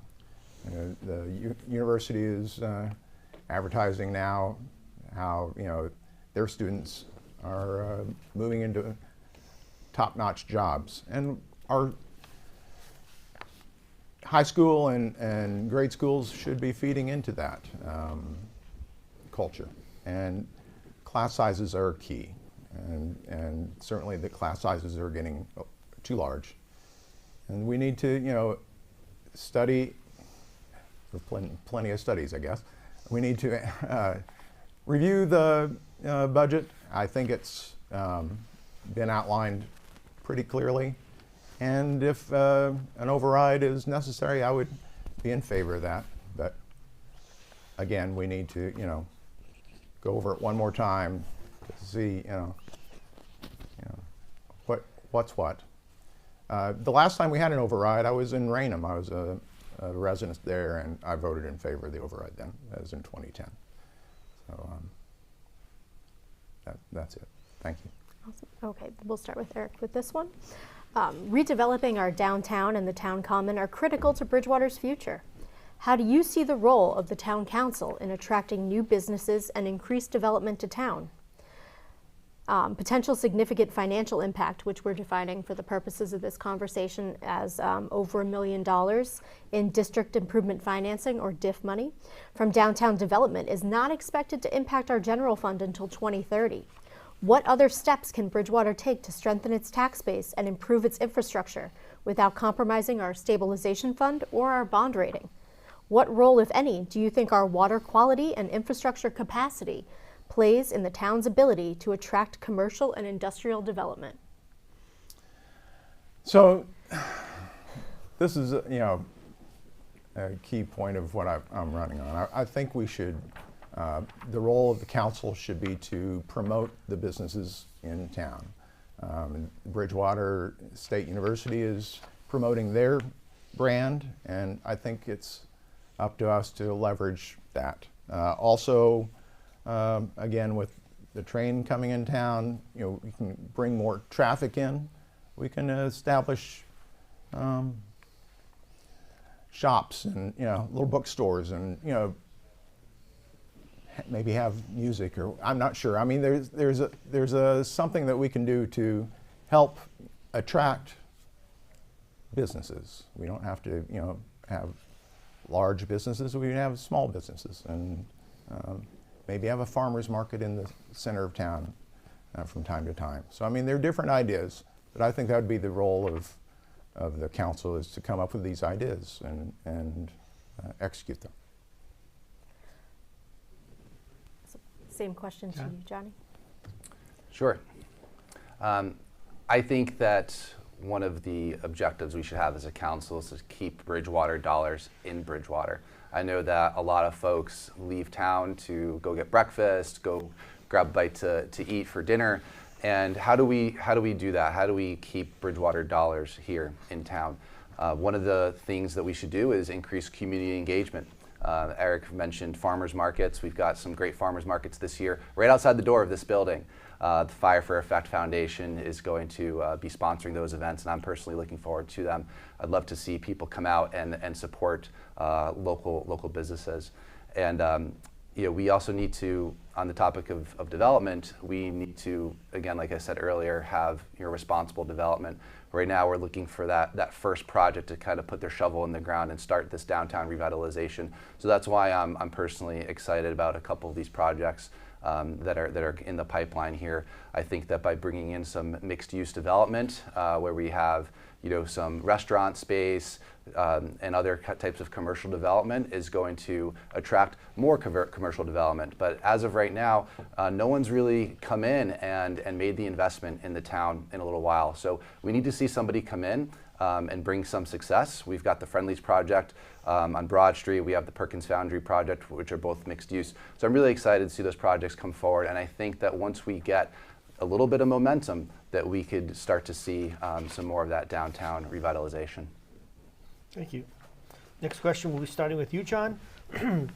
There is criticism that the town council has had a shifted focus to the questions of additional flagpoles to allow special flags to fly on town property and resolutions to declare Bridgewater a welcoming city.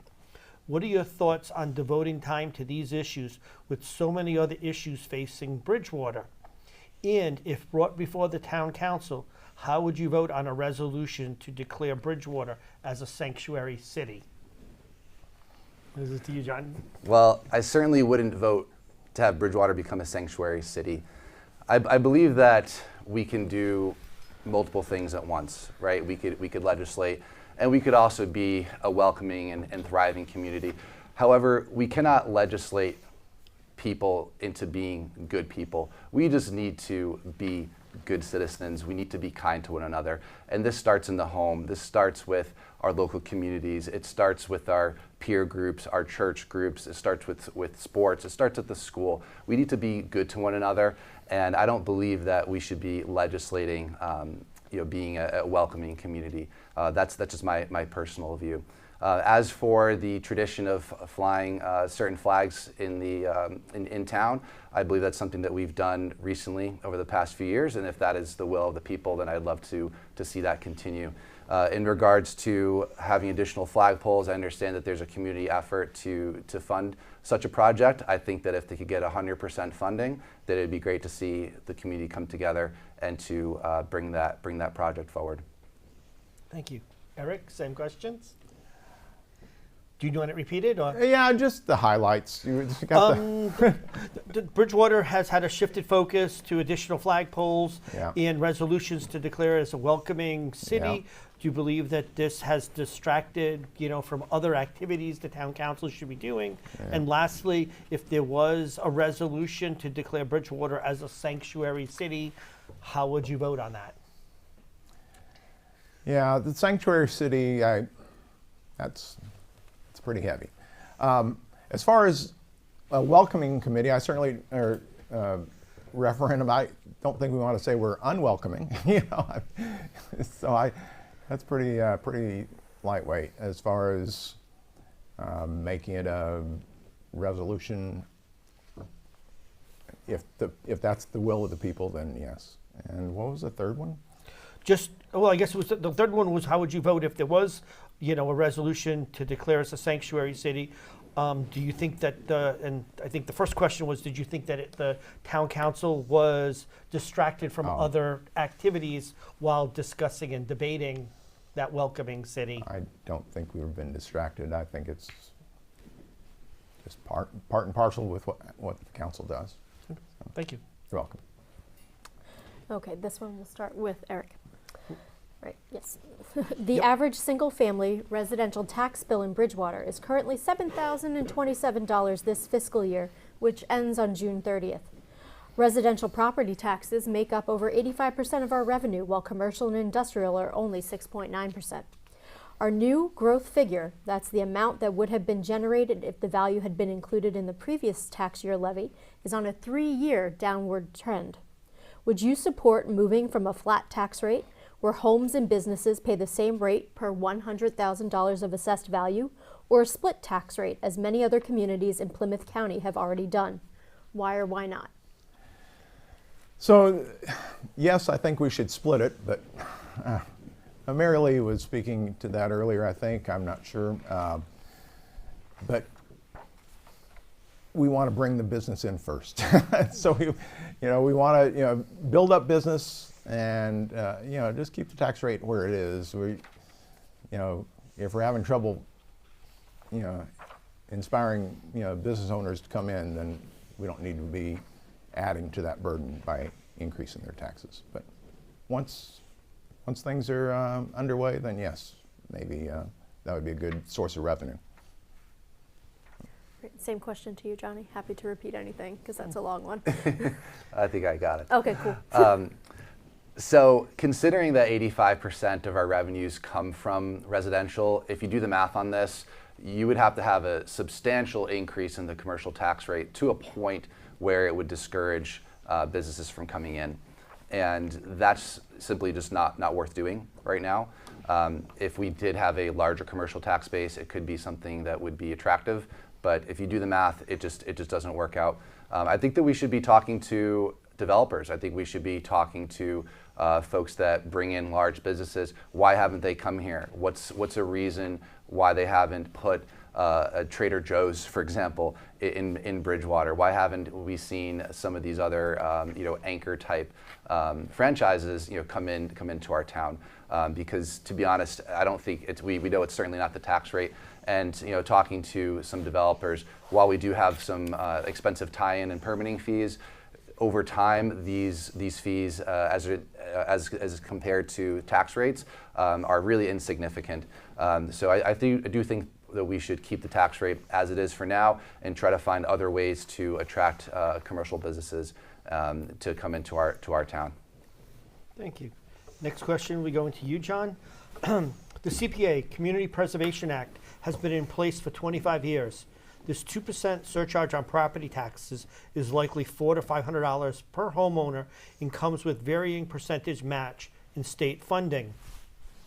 The Community Preservation Committee, or CPC, makes recommendations to the town council for the use of these funds for open space, historic resources, recreational resources, and housing.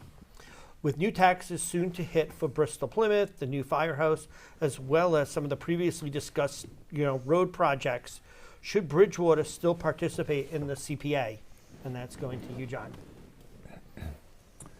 Yeah, so I do think that we should continue to engage in the CPA program. Anytime you could get free money, that's a good deal for me. I think this year we're expecting an 18% match. Now that's nowhere near the near 100% that this was originally proposed over 20 some odd years ago. So I'd love to see our state representatives advocating for a higher match for Bridgewater. I understand that the more towns that participate in this program, the less money there is to go around, but we would love to see a higher match. I would love to see us utilize those funds to take the burden off of our taxpayers and our stabilization fund in such ways such as paying for, we have, for example, a dog park that is coming out of our stabilization fund, which is on for fiscal year 2026. We have some playground upgrades that are on the schedule as well. We have improvements to recreational fields as well. So any projects that are categorized as open space or recreational, I think that we should encourage the CPC to look at these projects as a way to have some of their funds fund these if they do feel that is appropriate, so that we can then lighten the burden on the town and its other funds, so we could use those for water, sewer, and road improvements. So while I do think it is still worth engaging in, I do think we should discuss how we could perhaps more efficiently appropriate some of those fundings. Thank you. And to you, Eric? Sure. So the question is, should we? Well, I mean, we've had the CPA for 25 years. Yeah. Do you believe that there's still value in it, or should it be reconsidered in light of other tax burdens that will soon be hitting, the homeowners for Bristol Plymouth, the new fire station, and other projects? Right. So yes, I'm in favor of the CPA. I mean, it's a worthwhile cause. I mean, we want to preserve these lands and make good use of them, as we have up to this point. So again, like Johnny's saying, that the more folks that come in and use the funds, the other towns, the percentages go down, but I still think it's a worthwhile project. Thank you. So we'll start with you with this one, Eric. The work of a town councilor is varied. You handle everything from animal control questions to approving a balanced municipal budget. With this in mind, can you please explain your approach to handling controversial or complicated issues? And on top of that, residents across the community have asked for better communication and greater transparency from town government. How would you effectively address this need? So controversial issues need to be, discussed and compromises made if they're reachable. It's life, I guess, these days, having conflict. But it's we're all in this community together, and we can come up with an agreement.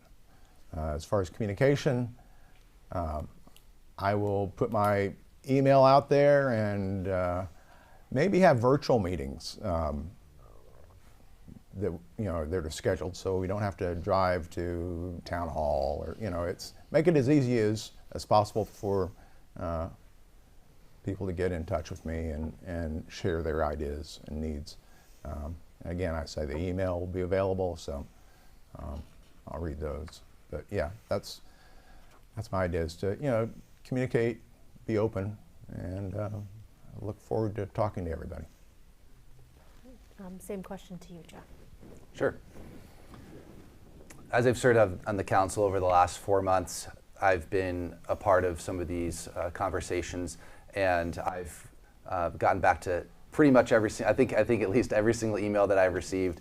I don't shy away from difficult conversations. I am open to everyone's viewpoint, and with that, and that being said, I'm also firm in my convictions and communicating where I stand on the issues. I appreciate where other folks come from, and I'm more than happy to communicate my point of view and understand that we are not always meant to agree on things. I've held a couple of office hours where I've opened myself up to meeting residents, and it's been a pleasure to meet some of you. I've made myself available for one-on-one meetings with a lot of you, and I've really appreciated the opportunity to hear you and to have some really great conversations. I would continue to do that into the future with the nicer weather coming now soon.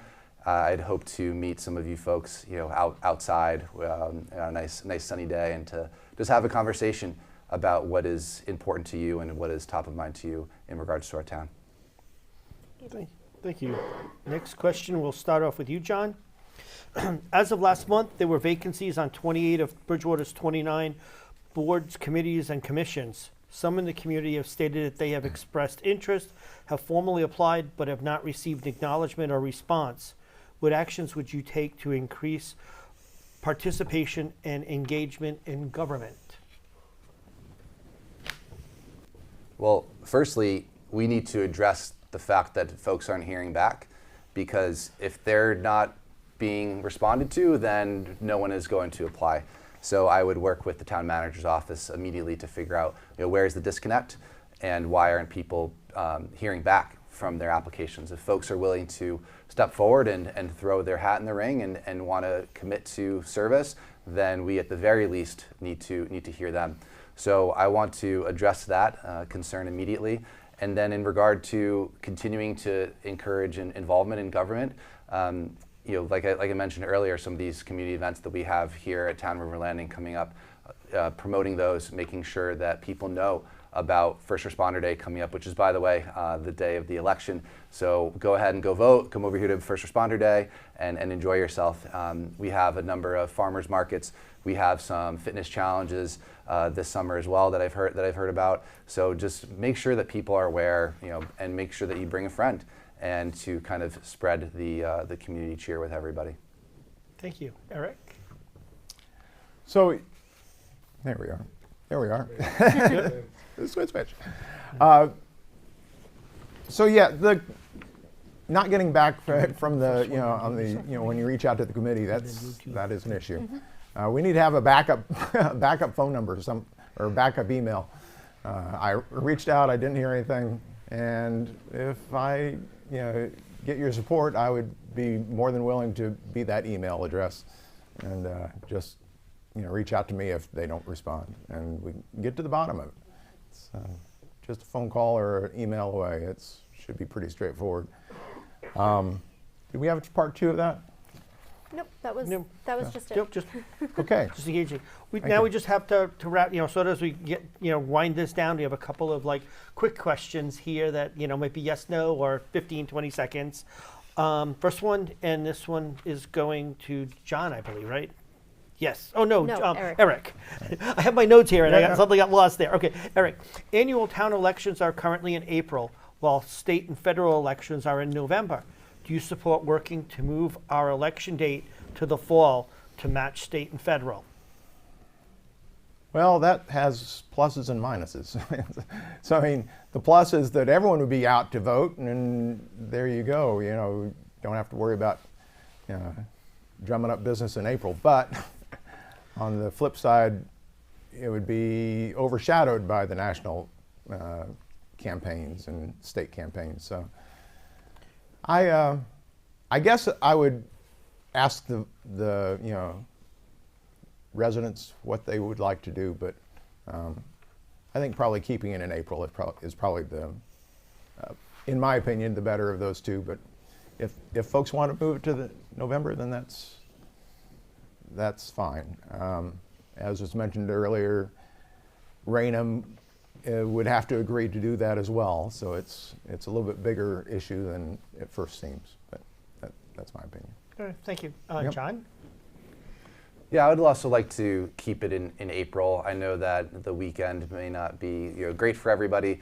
However, I do think that to focus people on the issues that are with the town, as opposed to state and national elections, it helps to get people focused in on what is happening here in the town. So I'd like to see it stay here in April. It also would be pertinent to have certain ballot items, and the spring is a better time to have those items on the ballot so that the residents can vote on them.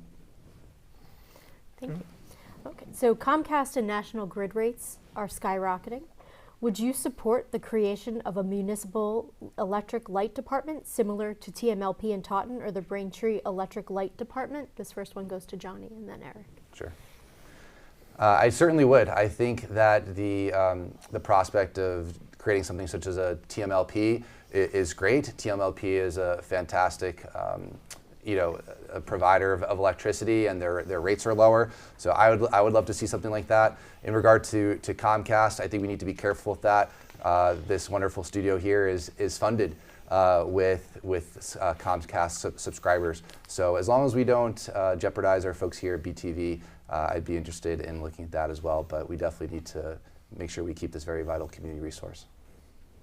Eric? What were the two questions? The So TMLP and Comcast and National Grid rates are skyrocketing. Oh, okay. Would you support the creation of a municipal electric light department similar to TMLP or the Braintree Electric Light Department? Sure. I would encourage that, actually. I think we need, public utilities, and I think, power is certainly part of that. And I don't think we'd want to, take away from Comcast. I used to be an employee there. I like Comcast.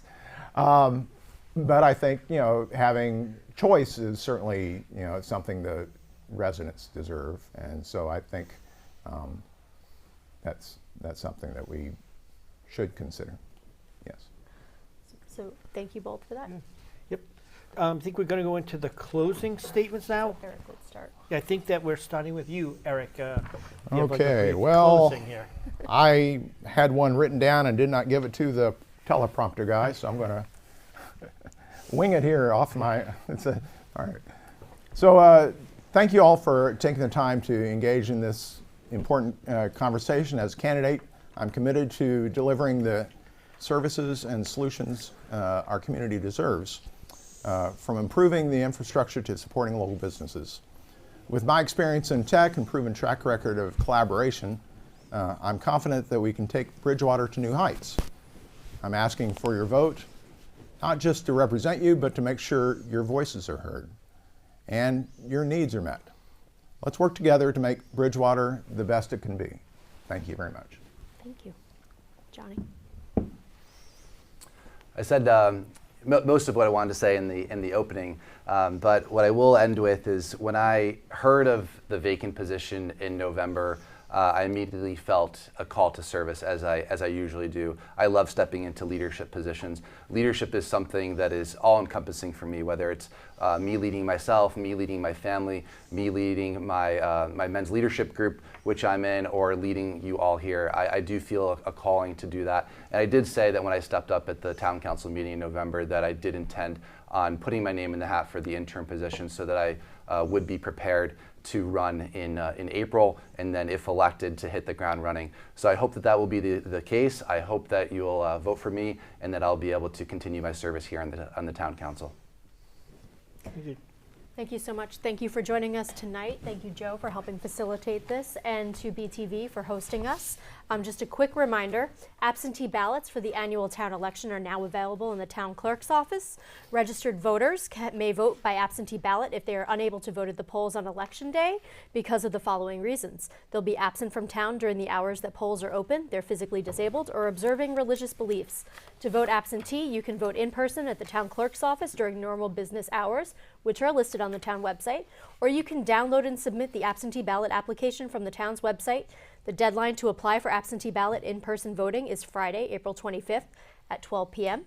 Registered voters may also request a ballot to vote by mail. Applications are available in the town clerk's website, on the town clerk's website, and the Secretary of the Commonwealth's online portal. The deadline for a ballot by mail is Tuesday, April 22nd at 5 p.m. For more information about either of these voting options, please call the town clerk's office at 508-697-0921. Thank you so much. And with that, thank you very much. We're going to take a brief break and change over to get our third group of candidates in this evening. So we'll go on a brief break right now, I think. So thank you. Thanks so much for watching. Okay.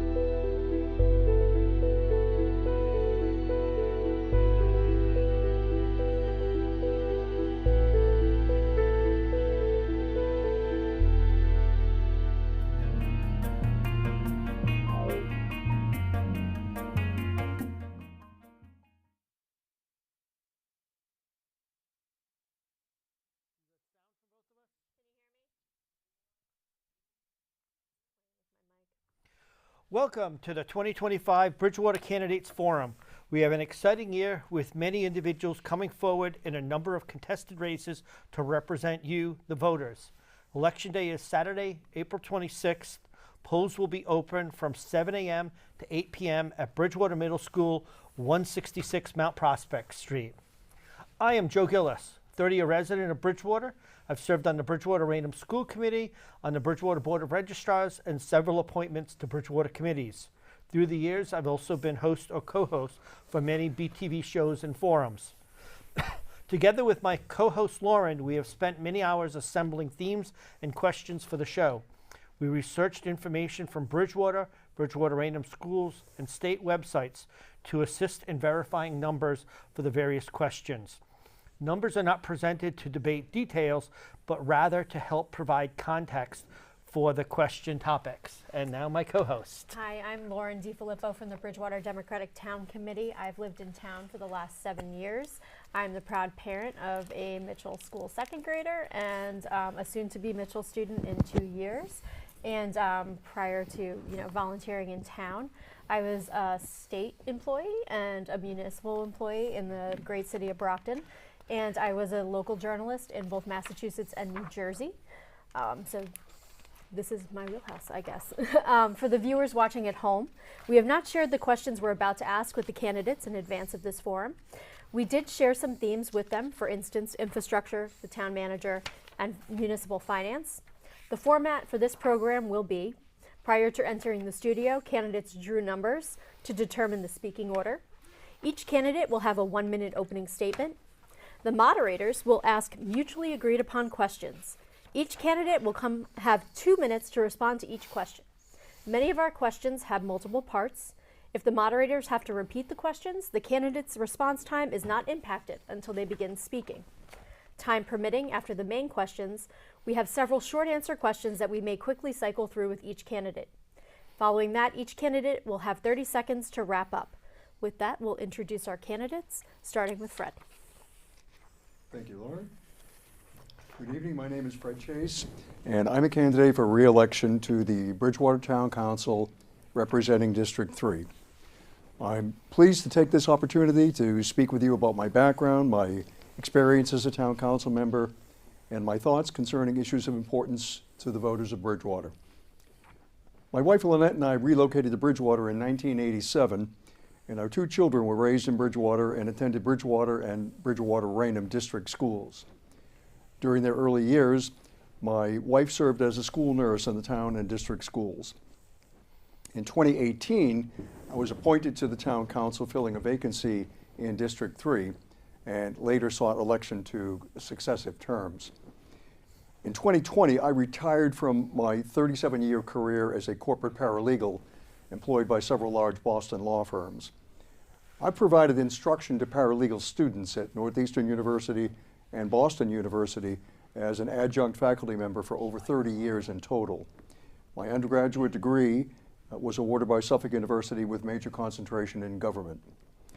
In closing, it's my belief that the prospects for the future of Bridgewater as a vibrant, thriving community are dependent upon a realistic assessment of our tax base and our ability to attract new development opportunities, which will make possible the infrastructure improvements that we all seek. I look forward to your questions and to elaborate on these points, and I thank you. Thank you. Sean? How you doing, Bridgewater? My name is Sean Kennedy. I'm running for town councilor in District 3, which is precincts 3, 4, and 9. My family moved here in 2019. I live with my wife and my 3 kids now, 2 of which are in the school system. 1 will be in a few years. We moved to Bridgewater in 2019 for the same reasons most people move here. It's a quiet town, it's a great community, and it's a safe community. And these are all things that we value. So a little bit on my background. I was a paramedic for over a decade. I was a career firefighter up until a couple of years ago when I had long COVID issues, and I was put out on disability. So I have a lot of free time. I had a lot of free time with my kids, which has been fantastic. And I am a co-chair on the Bridgewater CPAC, which I got involved with because my daughter has intellectual and physical disabilities.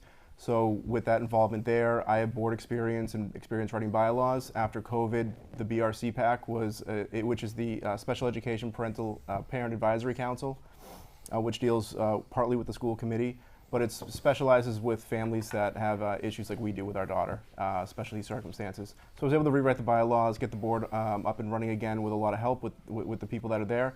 And you know, ultimately, we love living in Bridgewater. We think it's a great welcoming community.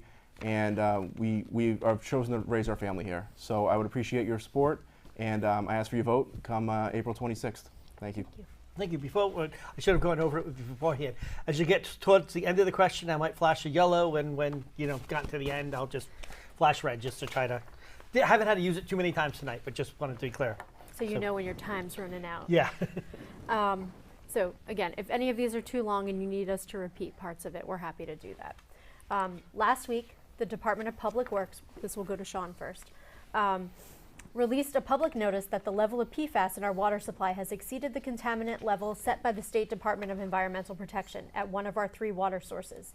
What actions would you take as a counselor to improve the town's water supply in the absence of additional revenue? The town's capital improvement plan outlines projects needed to keep our roads, utilities, and public spaces in good repair, funded through a combination of tax revenues and grant funds.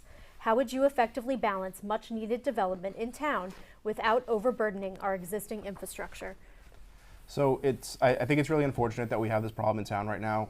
The well that has the PFAS in it is the one that we just retrofitted.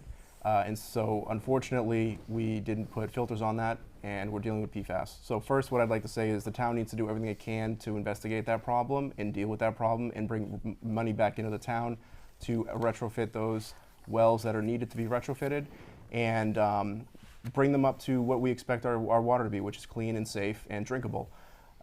We had on the March 4th meeting, the water department was there, they spoke, they laid out a plan, and I'm not going to be able to offer more detailed information than the people doing that job right now. So I think that we go with what they are recommending we do. We didn't get here yesterday. This has been an ongoing problem. Our water has been a problem since I moved here. We have brown water regularly. Tons of residents have these complaints and problems, and it hasn't been addressed. So I'm not promising any miracles, but what I will say is that they need to be addressed, and we need to have a timely, we need to have a good time plan, a schedule for this kind of thing, and we also need to let the public know and be very transparent with the timeline on that, putting it out on the website, making it so people can find that information. And ultimately, I'm going to leave it up to the experts to handle the scheduling and those kinds of things. I'd also like to add any kind of state grants that we can look into and pull money into the town so we're not putting more on the tax base is something we need to do. We're going to have probably a few questions on this type of thing tonight, but state money is things that we need to be fighting for. And I would definitely fight for grants and any kind of state funding that we can get to assist the town on any of our municipal issues that we have. Thank you. Thank you. Fred, same question. Thank you, Lauren. Well, water quality and water availability obviously are paramount issues, and they've certainly risen to the fore in Bridgewater in recent months. And I think, first of all, with respect to PFAS, it's a much larger problem than we're facing in Bridgewater. It obviously is a national problem. It's going to require really, truly federal assistance and federal resolution. There are class action suits that are likely to proceed. I think one has already, in fact, rendered a recovery. So I would anticipate that's going to happen, and that may be the best way for us to approach the long-term effects of PFAS. We have to remember, too, that PFAS contamination is difficult to detect, and it exists in very minute parts per trillion. And I think our exceedance recently was in the order of about 23 parts per trillion. Now, the state threshold for that quality level is 20 parts per trillion. There are some states in the country where that level is as high as 70 parts per trillion. So the fact that we did exceed it, and we have only on a couple of occasions done so, is itself troubling, but I don't think it's anything to be especially concerned about at this point. The issue of water generally, all the various facets to that problem in Bridgewater are not going to be resolved in a month or 6 months or a year. These are going to be very long-term problems. We need long-term solutions. We know that the water from wells 10A and 10B on Plymouth Street need to be redirected to the High Street treatment plant. And we know that the Vernon Street wells require a treatment site of their own on site. We anticipate that an increase in our daily draw of 1.9 additional million gallons a day will be granted to us. So there are various aspects of water that we need to be mindful of and plan for, but we don't need to rush to judgment for any particular action. Thank you. Next one, we're going to go to Fred first. For many years, local leaders have discussed the deteriorating state of roads and infrastructure. The latest estimate for highway maintenance projects is approximately $70 million over the next 3 years, with about $50.8 million noted as debt exclusion funding source. Vehicle traffic is not the only cause of wear and tear on our 117 miles of roadway in Bridgewater. Significant weather events have become more common, from droughts to extended periods of freezing temperatures and increased storm water. In your opinion, is our town effectively considering these factors when planning and budgeting, including pursuit of state and federal grants for capital improvements to our roads, drainage, and water infrastructure? And ultimately, what is your approach to this matter? Yes, going to you, Fred. Thank you. Thank you, Joe. Yep. With respect to roads, generally, the town is leaving no stone unturned with respect to recovery of funds that would be appropriate to devote to the upkeep and rehabilitation of roads. Rehabilitation is really the key point because I think as many people realize, Chapter 90 funds from the state really are minuscule in compared with our needs, and they're only intended to deal with resurfacing of roads, not rehabilitative care. And we know that there are 7 roads in our town that require immediate rehabilitative care. Those are the roads that total the estimated $74 million that we need to consider. And I think that since you've mentioned debt exclusion funding, it seems to me that that may be the only appropriate vehicle by which this particular problem can be solved. Debt exclusion funding is particularly appropriate for capital expenditures as opposed to operating expenditures. And I think that it's been demonstrated for a number of years that these particular roads have suffered from heavy vehicle traffic and other failings. We know that, for example, in my district on Flag Street, we know that a number of sinkholes have developed in recent years. It's really owing to excessive heavy truck trafficking over many years, because beneath those roads are corrugated steel culvert pipes, which have been over the years infiltrated by tree roots. The council has previously seen video footage taken from cameras inserted into the drainage pipes. And those pipes become crushed, and obviously the pavement then collapses. So there's a lot to consider.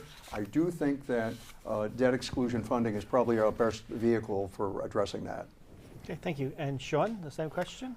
Yeah, I drive down the same roads that everybody voting for us in District 3 drives down regularly. Flag Street has been a mess. Winter Street off of Conant is also a mess. These are roads that we drive down regularly. They're doing a number on our cars. And these are issues that the residents have brought straight to our attention. It sounds like the funding is not being adequately, we don't have enough funding, is really what it comes down to. The state's not providing enough funding for the town, and we need to continue looking for that grant money. But if we have a few roads that are so badly damaged that we have sinkholes forming, a debt exclusion for those is something I think that we should consider, for sure.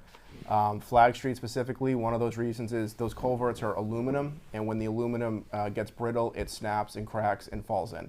And we have that kind of stuff all over town. That stuff was put in the 60s and 50s and 60s. It collapses completely, and it creates more expense to fix those in the long run. So I know a lot of the solutions we have now, we're just repaving roads, but some of them really need to be completely redone. So if we have a solid list, I wouldn't be opposed to a debt exclusion if it's going to be used appropriately to fix those roads specifically. And I'd also like to add that I would like to see a posted town notice on the website so that citizens can go on the town website and they can see if their road is up or if it's up in another couple of years. And then they can see when their roads are going to be fixed, because right now, from what I'm hearing from a lot of people, is they don't know when that stuff's going to come around. And that bothers them a lot, that they pay taxes, they drive on these roads, they're falling apart underneath them, and they're not being taken care of, and they don't feel like there's any kind of transparency or communication coming from the town government. So that's something that needs to be corrected. Communication is a huge problem, and it's one of the biggest complaints that I'm hearing from people. And a lot of people are busy, they can't come to the town meetings, that's okay, but I do feel like the resources we have nowadays are more than adequate to alert the townspeople and our citizens of what's going on in town, what the future plans are, and ways that we are going to improve the town, especially, you know, if we're going to spend money or ask more money from Bridgewater residents to pay for these things. We should be letting them know where their money's going. Thank you. The town council recently hired a new town manager who will begin working in the near future. What are your hopes for this role this person will play in the future of Bridgewater? If elected to the town council, how will you measure the performance of the town manager? And how do you view the relationship between the town council and the town manager, for example, collaborative? How would you ensure this role is effective and accountable to residents? We'll start with you, Sean. Sure. First, congratulations to Mr. Casanova Davis. I think Justin's a great guy. We're in a similar place in life. We both have young kids. I know his value of being able to come to a closer town from where he lives in Whitman. It was a big thing for him. He also has a lot of experience in budgets, which I think is a huge benefit to Bridgewater because we have such a budget issue in this town. And he knows a lot about the inner workings of some of the state stuff as well to bring funds into our town, which I think is absolutely huge that we bring state funds in as much as we possibly can. So in my opinion, the elected body of the town council, it should be a strong town council. It's not to say we should have a weak town manager, but we should have a strong town council. The town manager is the executive branch, but he answers to the town council. So we need good communication. However he wants to go about that is fine with me. I'm available whichever way he wants to contact me. And many of the councilors are. But the people represent the town council and the town manager answers to the council. So some of the complaints that I've heard are some of the interworkings of that. These are things that I'm trying to catch up on as someone who isn't on the current council. But I honestly wish him the best, and I think he's going to do a great job. And I think he's set up. He's coming into a hard spot, but he was very eager to be here, and I appreciate that eagerness. And I hope he's able to bring some of his tech savviness and his communication skills because he's a great personal communicator. I met him in person at the meeting when we were able to meet both of the candidates. He's great into personal skills, so I hope he brings that here, and we can improve the level of communication we have within our town government, and ultimately improve the amount of communication that we have with the townspeople because they want to know what's going on. Same question to you, Fred. Thank you, Lauren. I think I'm very excited about the prospect of Mr. Casanova Davis joining us. I'm hopeful that the negotiations proceed very swiftly and we can have him in the office very quickly.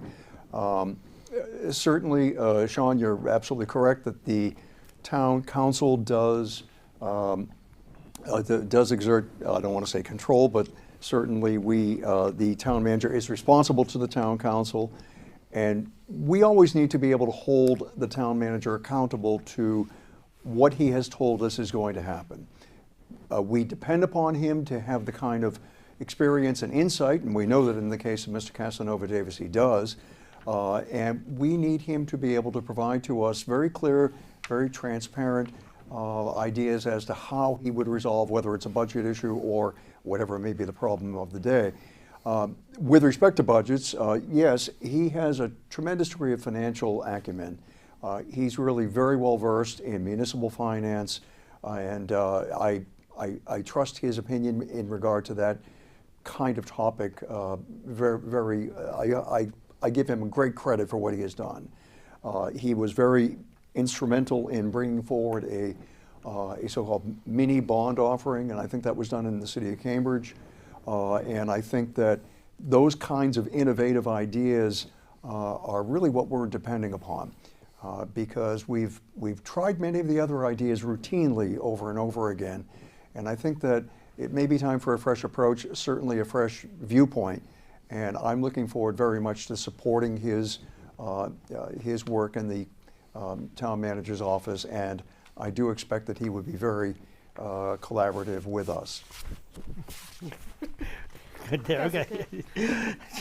The next one will be going to Fred first. Education is the largest line item on the town budget. What kind of role do you plan to take in regards to education?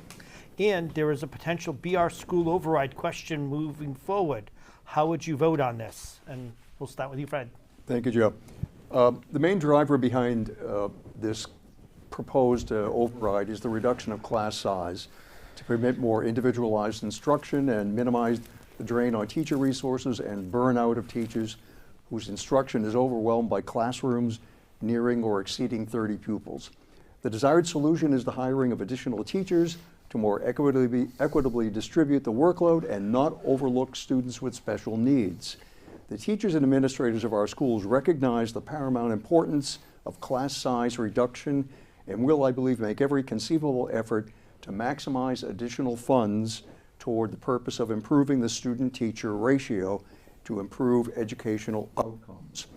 State aid to our schools under Chapter 70 in fiscal year 2025 reflected a modest 1.8% increase over FY24. The proposed funding for FY26 reflects a proposed increase of 8.5%, but the final budget figures have not yet been agreed upon. And the proposed increase may seem significant, but it must be combined with additional local contributions from Bridgewater and Raynham, which reflect a more or less 20% increase over our FY25 actual operating budget for schools. Our towns have, in each case, in recent years, failed to prioritize appropriate increases in school funding and have allowed far too many positions to remain unfilled. Through attrition, retirements, our teaching staffs have progressively lost positions over the years and teaching has become more demanding, and inflationary pressures have savaged school budgets. State aid for student transportation has historically been underfunded. It remains so this year, but I honestly believe that an override is likely the only solution to the funding needs of our schools at this point. Thank you. Eric? Sean. It's okay. Sean, okay, I'm like looking at I got all these notes like going through like I have trying to keep checklists with track. every name No, here, no. and I'm like, No, what did I it's just say? okay. Like, It's okay. sorry. Yeah, so I mean, I listened to the same school committee meeting most people watched this past week, and we have a lot of serious concerns. But there's two things that I don't want to see. I do not want to see the school system go to a 112 budget, which is going to cause teachers to get pink slips, and I don't want to see teachers removed. But what I also heard in there was that if an override doesn't pass, they do have a backup budget. And with today's inflation, cost of living, and everything else going up, I get shooting for the stars, but you know we're entering into some pretty tough times. Lack of funding everywhere. We have a lot of issues. And to come out with a budget that might be larger than what's needed, you know, that's kind of problematic. I would like to hear what their other budget is. I'd also like to add that, you know, if we go down the road of an override, what I'd like to see is an audit of the school system, and specifically the special education department. As co-chair of the BRC PAC, there's a lot of issues in our special education department. Our staff, our teachers are fantastic. Our paras are fantastic people, and they care. But I think that we have some systemic issues within that service at our schools. We have brought in someone from an outside district to deal with some of the internal issues, but we've had multiple investigations by DESE. We had an issue a couple of years ago with a special needs teacher. You know, this stuff needs to be dealt with and looked at. We need to shine light on it, and we need to fix these problems. I have a child who has special needs, and it is a big sticking point for me that, you know, last summer my child did not receive speech services for an entire summer, along with a host of other kids with zero notification. So I get wanting to give more money to the teachers. I get the class sizes are big. They were also big when I was a kid. But I'm not in favor of throwing more money at something that is problematic right now without ensuring that we're going to have a check and balance if they receive that funding. So that's where I'm at on that. Sorry about that. I'm like looking. It's okay. the second person on the last one that was the name, and I'm like, what did I do wrong? On my checklist. Go ahead. It's all good. It's all good. This first question will go to Sure. Sean. Sure. Redeveloping our downtown and the town common are critical to Bridgewater's future. How do you see the role of the town council in attracting new businesses and increased development to town?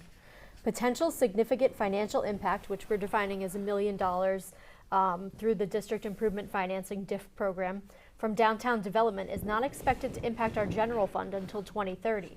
What other steps can Bridgewater take to strengthen its tax base and improve its infrastructure without compromising our stabilization fund or our bond rating? What role, if any, do you think our water quality and infrastructure capacity plays in the town's ability to attract commercial and industrial development? Yeah, that's a great question. We have a water problem in town, and we have continuous building that's being approved. On the March 4th meeting, when the water department was there, the superintendent, Jonas, did mention that they have concerns that they're bringing to some of the other planning committees, and those concerns are not being validated and things are being pushed through.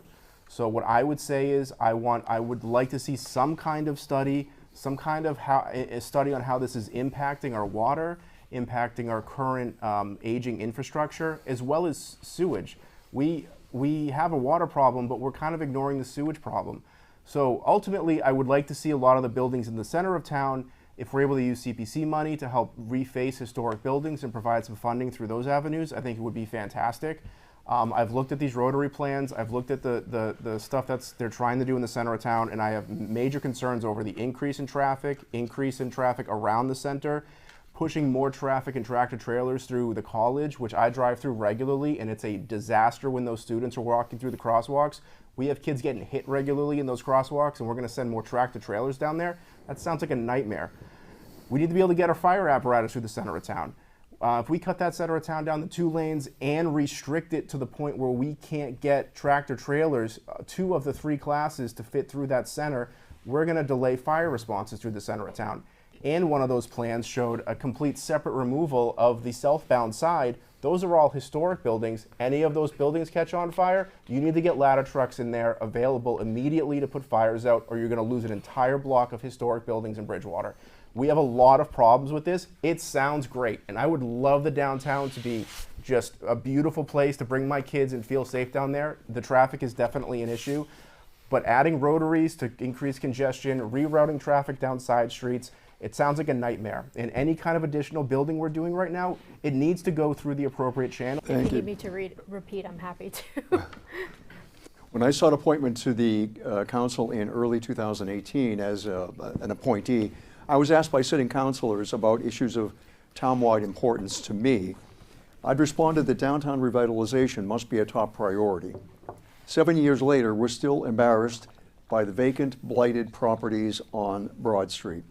The need for commercial development in our central business district is paramount, not only for reasons of beautification and desirable retail opportunities, but as an engine to generate substantial tax revenues for infrastructure and other necessities. Commercial development, however, will not receive needed capital from banks or private investors unless coupled with residential development, which will provide a sustainable pedestrian clientele. Mixed-use development, especially transit-oriented development, is essential.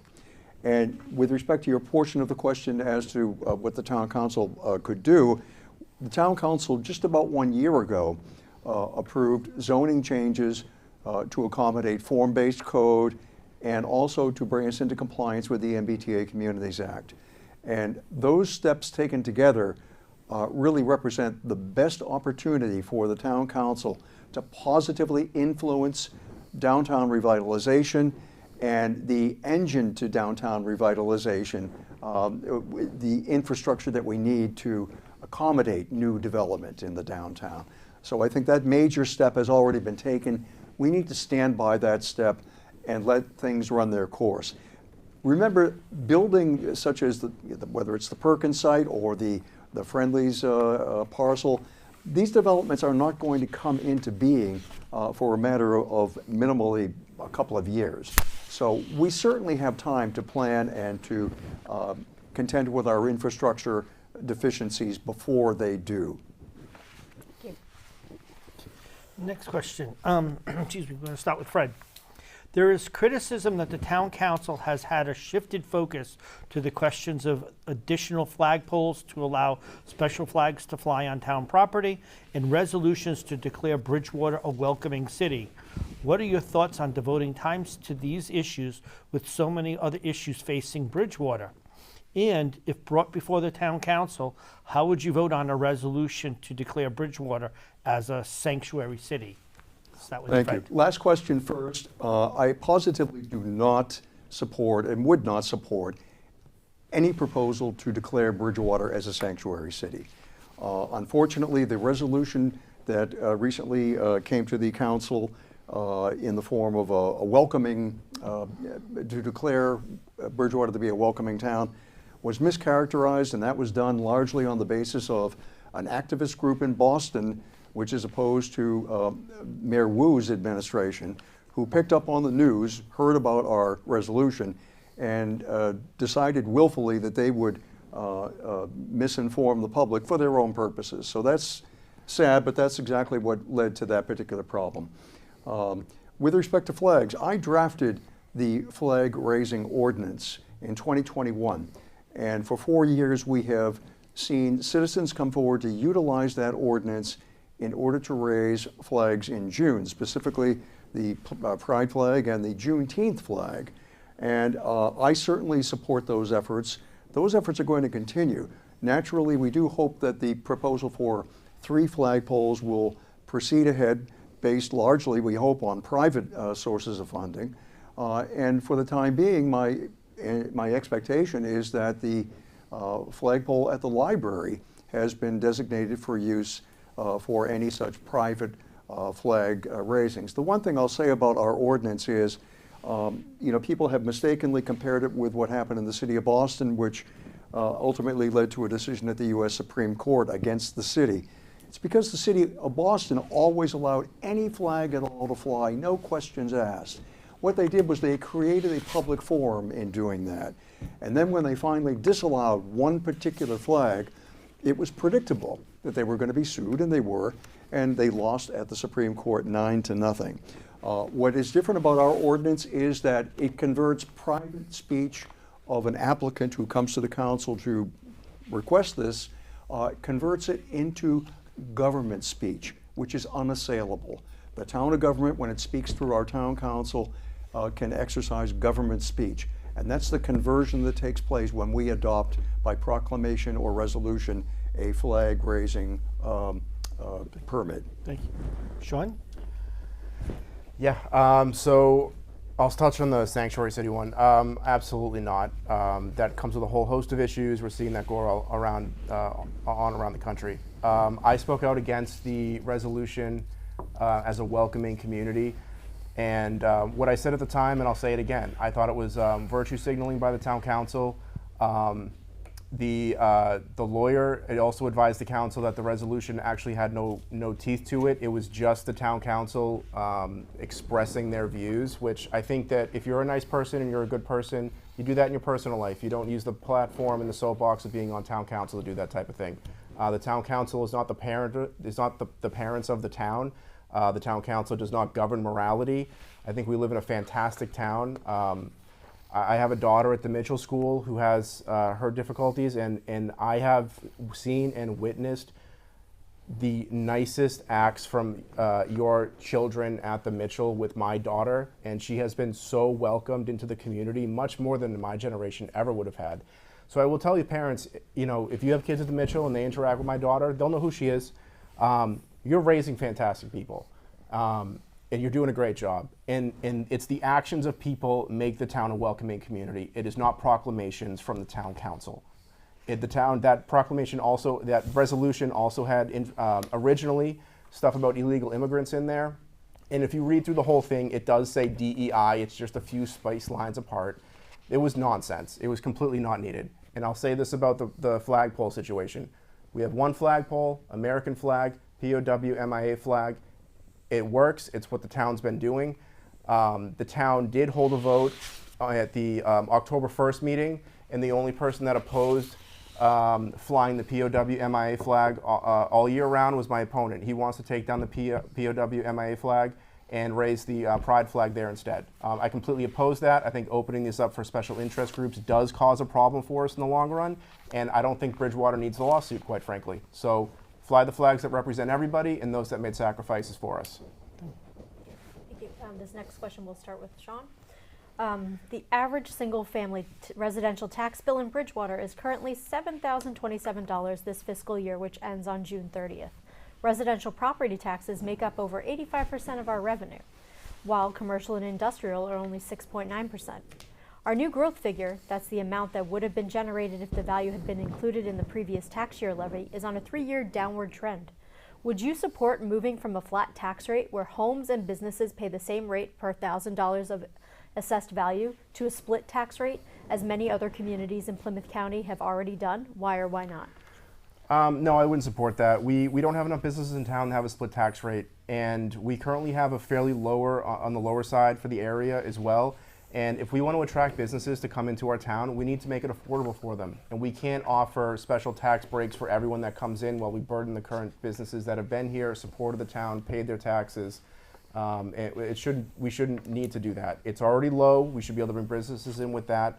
So no, I don't think splitting it makes really any sense whatsoever with where we are right now as a town. Maybe in the future it will, and hopefully we are so successful at growing businesses in town and increasing that, that it might make sense in the future. That would be fantastic. But where we stand right now, it just doesn't make any sense to do that.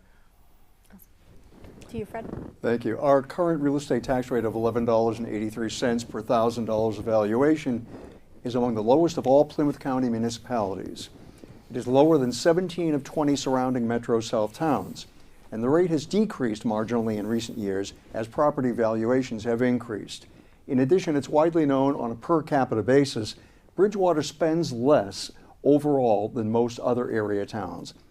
It's beneficial that we've observed such conservative principles in our budgeting and expenditures, but the reality of providing safe and cost-efficient services responsive to citizen needs has, in recent years, fallen victim to rising inflationary pressures which undercut the town's ability to maintain services to which we've become accustomed for substantially the same dollars. The town has for many years maintained a unitary tax rate for both residential and commercial properties, having assumed that such practice would serve as an enticement for commercial development. The needed development has never been realized, with the notable exception of the Elm Street area, where a district improvement fund initiative in the amount of $6.5 million was approved in 2018 to provide for necessary road and infrastructure improvements for this commercially zoned area. The funding had been highly successful and resulted in the creation of a desirable area for new business warehouses, including FW Web Company and Polar Beverages. But the unitary tax rate has not otherwise encouraged development of retail consumer development. Presently, it would be unproductive to adopt a differential tax rate, since existing commerce would not collectively add significantly to tax collection revenues, and the impact on small business would be disadvantageous. Future consideration of a differential tax rate, however, should not be summarily dismissed simply because we've not considered it in the past. Thank you. Next, we'll go to Fred first. The CPA, Community Preservation Act, has been in place for 25 years. The 2% surcharge on property taxes is likely $400 to $500 per homeowner and comes with a varying percentage match in state funding. The Community Preservation Committee, CPC, makes recommendations to the Town Council for the use of these funds for open space, historic resources, recreational resources, and housing. With new taxes soon to hit for Bristol Plymouth and the new firehouse, as well as previously discussed road projects, should Bridgewater still participate in the CPA? And we'll start with you, Fred. Thank you, Joe. I believe that the CPA is really an essential component of our local government financial structure. And maybe more importantly, the Community Preservation Committee serves as an important channel for community engagement. And I think about some of the projects that have benefited significantly from CPA funds. And those are all particular projects that have benefited us all. They're either of a historic nature such as the renovations of the old townhouse, or certainly the funds that were dispensed to the Congregational Church for its steeple preservation. Music Alley was mentioned earlier by one of the other candidates, that community preservation money is what has helped to make that a reality. And I think that it's an important option to have citizen involvement on the level of the CPC committee to be able to prioritize projects in the town that are deserving of funding and which otherwise would not have sufficient municipal support. So I strongly support it, and I think that the Community Preservation Act is essential to us. I also would like to see it, the state match for our local funding to be increased, and maybe we can persuade our state representative to take a position on that. Thank you. Sean? Yeah, I do think it's a good thing. We do have exceptions for low-income families from being excluded, as well as some elderly folks as well from being excluded from having to pay this tax. So I think the chunk of this is put on middle class, upper class within the town. It's not a lot of money. The state matches it, which makes sense. We get, we're getting free money back from the state for something that does benefit our town. It covers open spaces, rec spaces, historical renovations. We've used that money for some really good things in town. So I do support it. I'd like to see it allocated a little bit differently. Maybe we can combine what we're using that money for on things that do benefit the town and that the townspeople are complaining of, if there's some cross sections in there. So like refacing things in the center of town for historic buildings. I'd also like to say that, while that does pay for some rec stuff, it was brought to my attention that with the golf course, we're leaving some rec money on the table there as well.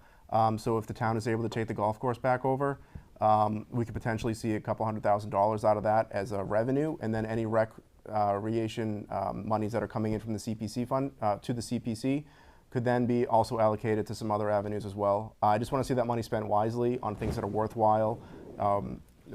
It's very difficult to sell some of this to people in town that are really struggling with their finances and paying their bills, that we're spending money on like what appear to be some pet projects. So I do want there to be good, solid reasons for why we're spending that money, real benefits that we're seeing, and I want to make sure that we're spending that money on things that that come to fruition as well. Thank you. Thank you. We'll start with you, Sean, for this next one. The work of a town councilor is varied. You handle everything from animal control questions to approving a balanced municipal budget. With this in mind, please explain your approach to handling controversial or complicated issues.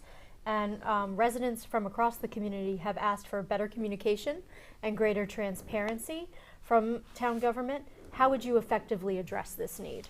Yeah, so first, if there's controversy, a lot of the times that comes from misunderstanding, comes from word of mouth. So I think part of the problem there is not enough communication coming out of the council.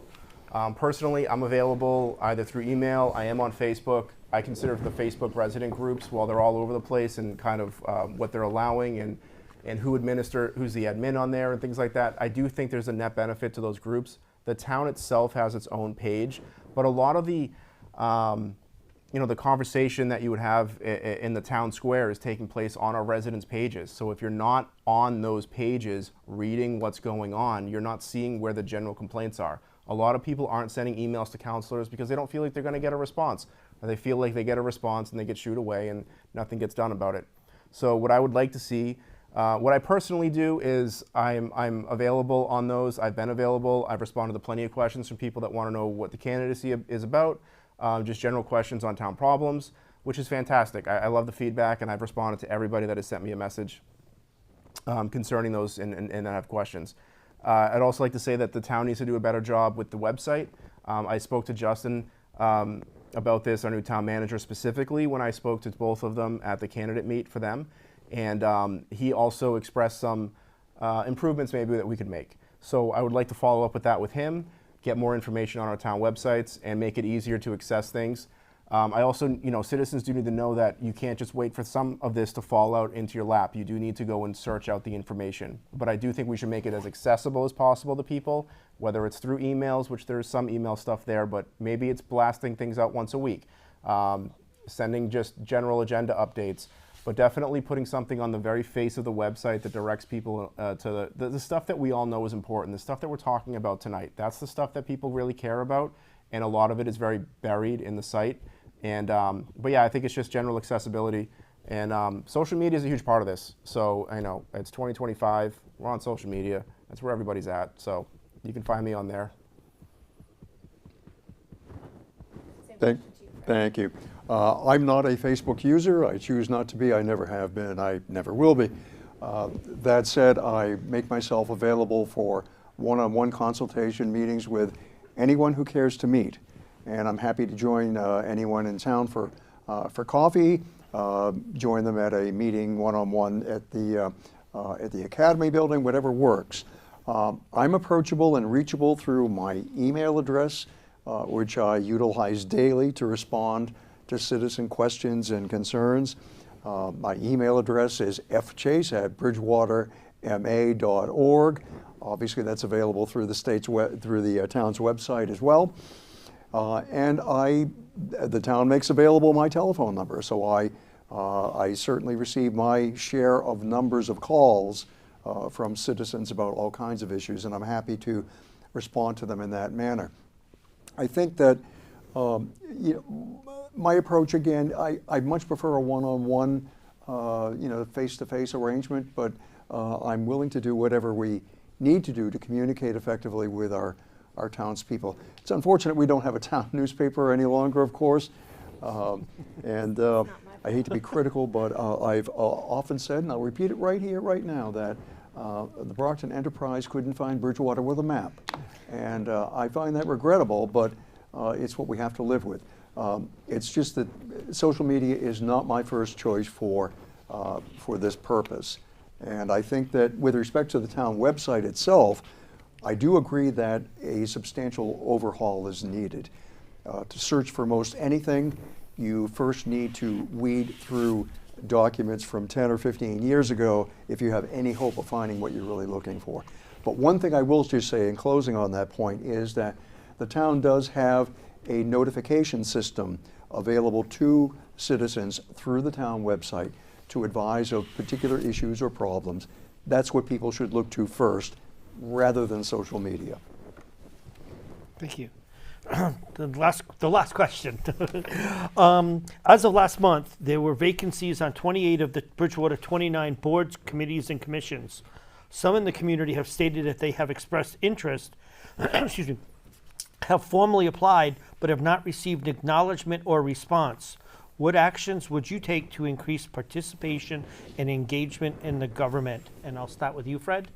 Well, I think firstly that no response is not an acceptable arrangement. That is simply not something that any public instrumentality should be putting forward as its face to the community. I think that certainly people who express an interest in a particular position on a town board or commission or whatever, they are entitled to a response, number one.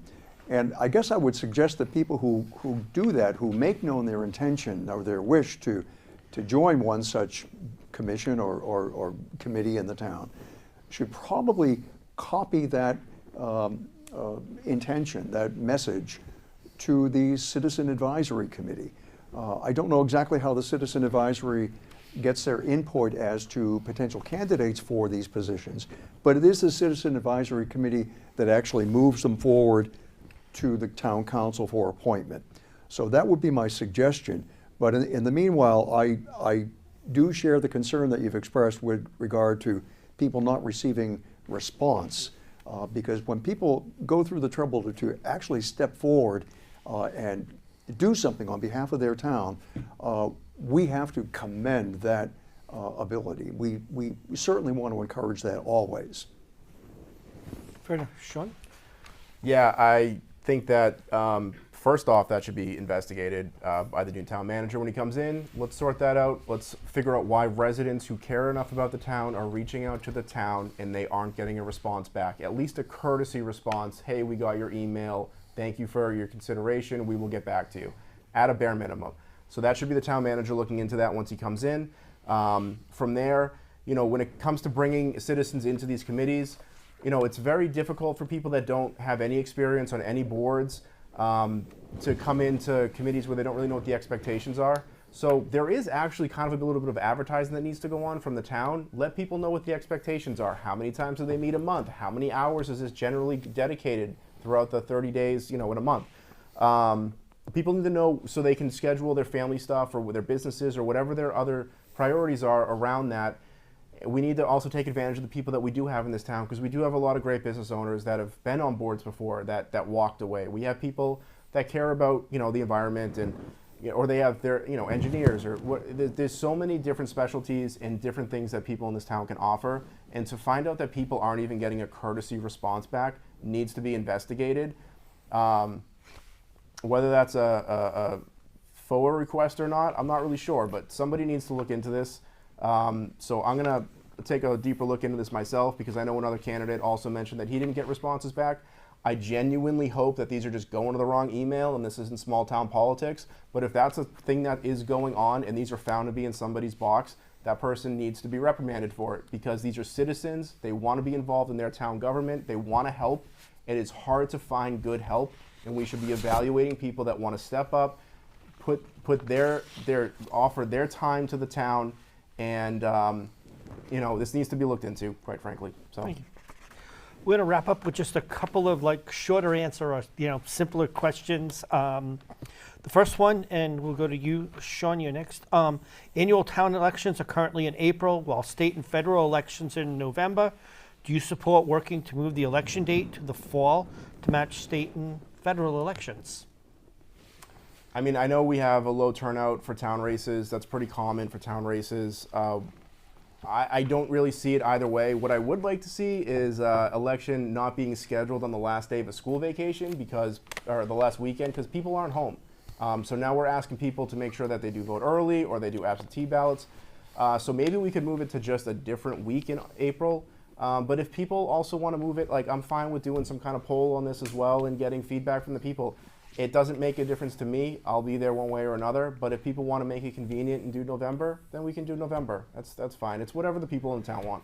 Thank you. Fred? Same. Thank you. And Sean, I think I agree with you in one important respect. I think that it really is inappropriate for the town election annually to be scheduled on any part of the school vacation week. And we've discussed that in the past over a number of years. It's just never changed. I would agree that some other date in the fall, other date in April would be appropriate, for example. I'd rather avoid combining it with the fall election, just because I think it would be, too many things would be lost in the shuffle. It would certainly help to increase voter turnout, and that's a desirable outcome. But I honestly think that candidates making their positions known would be much more difficult in the context of a national election. So at some other point in the spring, some other weekend in April, I think that'd be perfectly appropriate. Thank you. This one we'll start with Fred. Comcast and National Grid rates are skyrocketing. Would you support the creation of a municipal electric light department similar to the TMLP in Taunton or the Braintree Electric Light Department? I think I would need to study what has gone on, because I'm unfamiliar personally with Taunton or other communities that have their own municipal power source. I will say, however, though, that we have approved a plan in Bridgewater for municipal electricity aggregation. And it takes a degree of time for that plan to be approved by the state and for us to select an appropriate partner to provide the electricity to our residents. And the way it would work would be that residents would automatically be enrolled in that program. They would have the opportunity to opt out if they so chose, but it would be painless for them to join it at the outset when it is created, and it would provide, I think, considerable savings over current electricity bills. So I'm in favor of that. I think before I would look into anything that would cause the town to need to create an additional department, additional facilities, do something we've never done before that would undoubtedly incur significant startup costs. Same question, Sean. Yeah, the first thing that I would want to look at is the startup cost for it. But I have family in Braintree. They love it. I have family in Sterling. They have a municipal system as well. They love it. What they love isn't just the cost, but it's the responsiveness. So if we can duplicate something that is already very successful and those residents really like that system, of course that makes sense for Bridgewater. But it depends on the cost, and I don't know the details of the cost. I know this is kind of an idea that's being thrown out there. But also when it comes to, you mentioned Comcast, since I've been in town, I know that you guys have Comcast here, but that's been a big sticking point for a lot of people. So I just want to say that, you know, when you, it sounded to me like the town had an agreement with Comcast that was an exclusive agreement, and now we have Verizon who won't move into town with their Fios. And we have other systems that are coming online now with 5G, with, you know, T-Mobile, or you've got Starlink. So there's other options being developed. I don't see Comcast changing, unfortunately. But we also need to understand that we can't force a company to come in to solve the problem. It's either beneficial for them and it makes business sense, or it doesn't. And that ship may have sailed with Comcast. And I've spoken to many residents that are frustrated, which is very unfortunate. So I hope some of the other competing systems do work better. But when it comes to that electric concept, doing a municipal electric in Bridgewater, you know, if we can replicate the success of other towns and use those blueprints and it works for us, then I'm totally on board with that. Awesome, thank you so much. That concludes our questions, so we'll go to the closing statements. We'll start with you, Sean.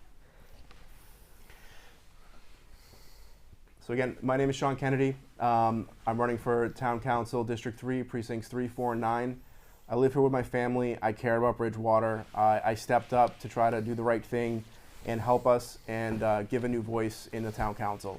We do have a lot of issues in town that I think aren't going to be solved tomorrow, but we need people that are responsive, that they're in the community, they see what's going on, they talk to people in the community, and that would be me. And I would love to represent you. I would be honored to earn your vote. You can come find me this weekend, actually, April 5th from 11 to 1. I'll be at Prisco's doing a meet and greet. And I will also be doing one at the first Saturday of school vacation, April 19th from 11 to 1. We'll be there too. So come bring your kids to Prisco's, go play mini golf, check out the place. But the candidate, at least I'll be there. We might have a couple of candidates there for you to talk to. So please come join us. You can also find me on Facebook at Sean Kennedy for Bridgewater Town Councilor. And you can also email me at skennedytc@gmail.com. I'm responsive. Just shoot me a message if you have questions or you want to get involved. We're doing standouts, we're knocking doors, and I would appreciate the help. I am a new person in town, and I understand that, but I am around town. You can find me. My kids are in the schools, and I do really love living in Bridgewater. So I would be honored to earn your vote and work on making this place, you know, a place that we all want to live in. Thank you. Fred? Thank you. I firstly would like to thank BTV. I would like to thank both of our moderators, Joe, Lauren. I appreciate all the work that you've done in advance to make this happen. I think it's very helpful for the citizens to have an opportunity to view the candidates in this forum presentation. I am looking forward to the election on April 26th. I've been privileged to serve in the council for what will be approaching 7 years. And I'm very pleased to say that the council is at present very young. At this very moment, Councilor Perry and I are the two longest serving councilors, and virtually everyone else on the council has been elected, or in the case of Mr. Loretti, appointed just in recent months for him, but no more than 1 or 2 years at the most for tenure of service for everyone else on the council.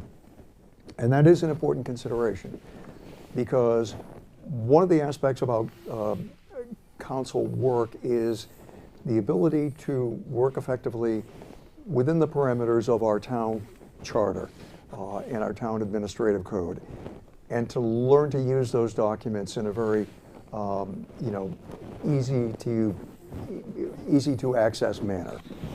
And it takes a certain degree of time. I feel confident that my past experience in legal matters has been very helpful to me with respect to drafting legislation and things of that sort. So I enjoy very much the opportunity to serve the town in this way. I hope to be able to continue to do so. I will have a Meet the Counselor opportunity coming up on Saturday, April 12th at Bridgewater Bagel. And I would invite anyone who wishes to come meet me, ask me questions, or chastise me for any reason, please feel free to come and do that. And I'm buying the coffee, so do join me. Thank you. With that, I just want to thank you both for taking the time out of your night to join us for this important part of the process, and for Joe for volunteering his time to sit up here with me tonight.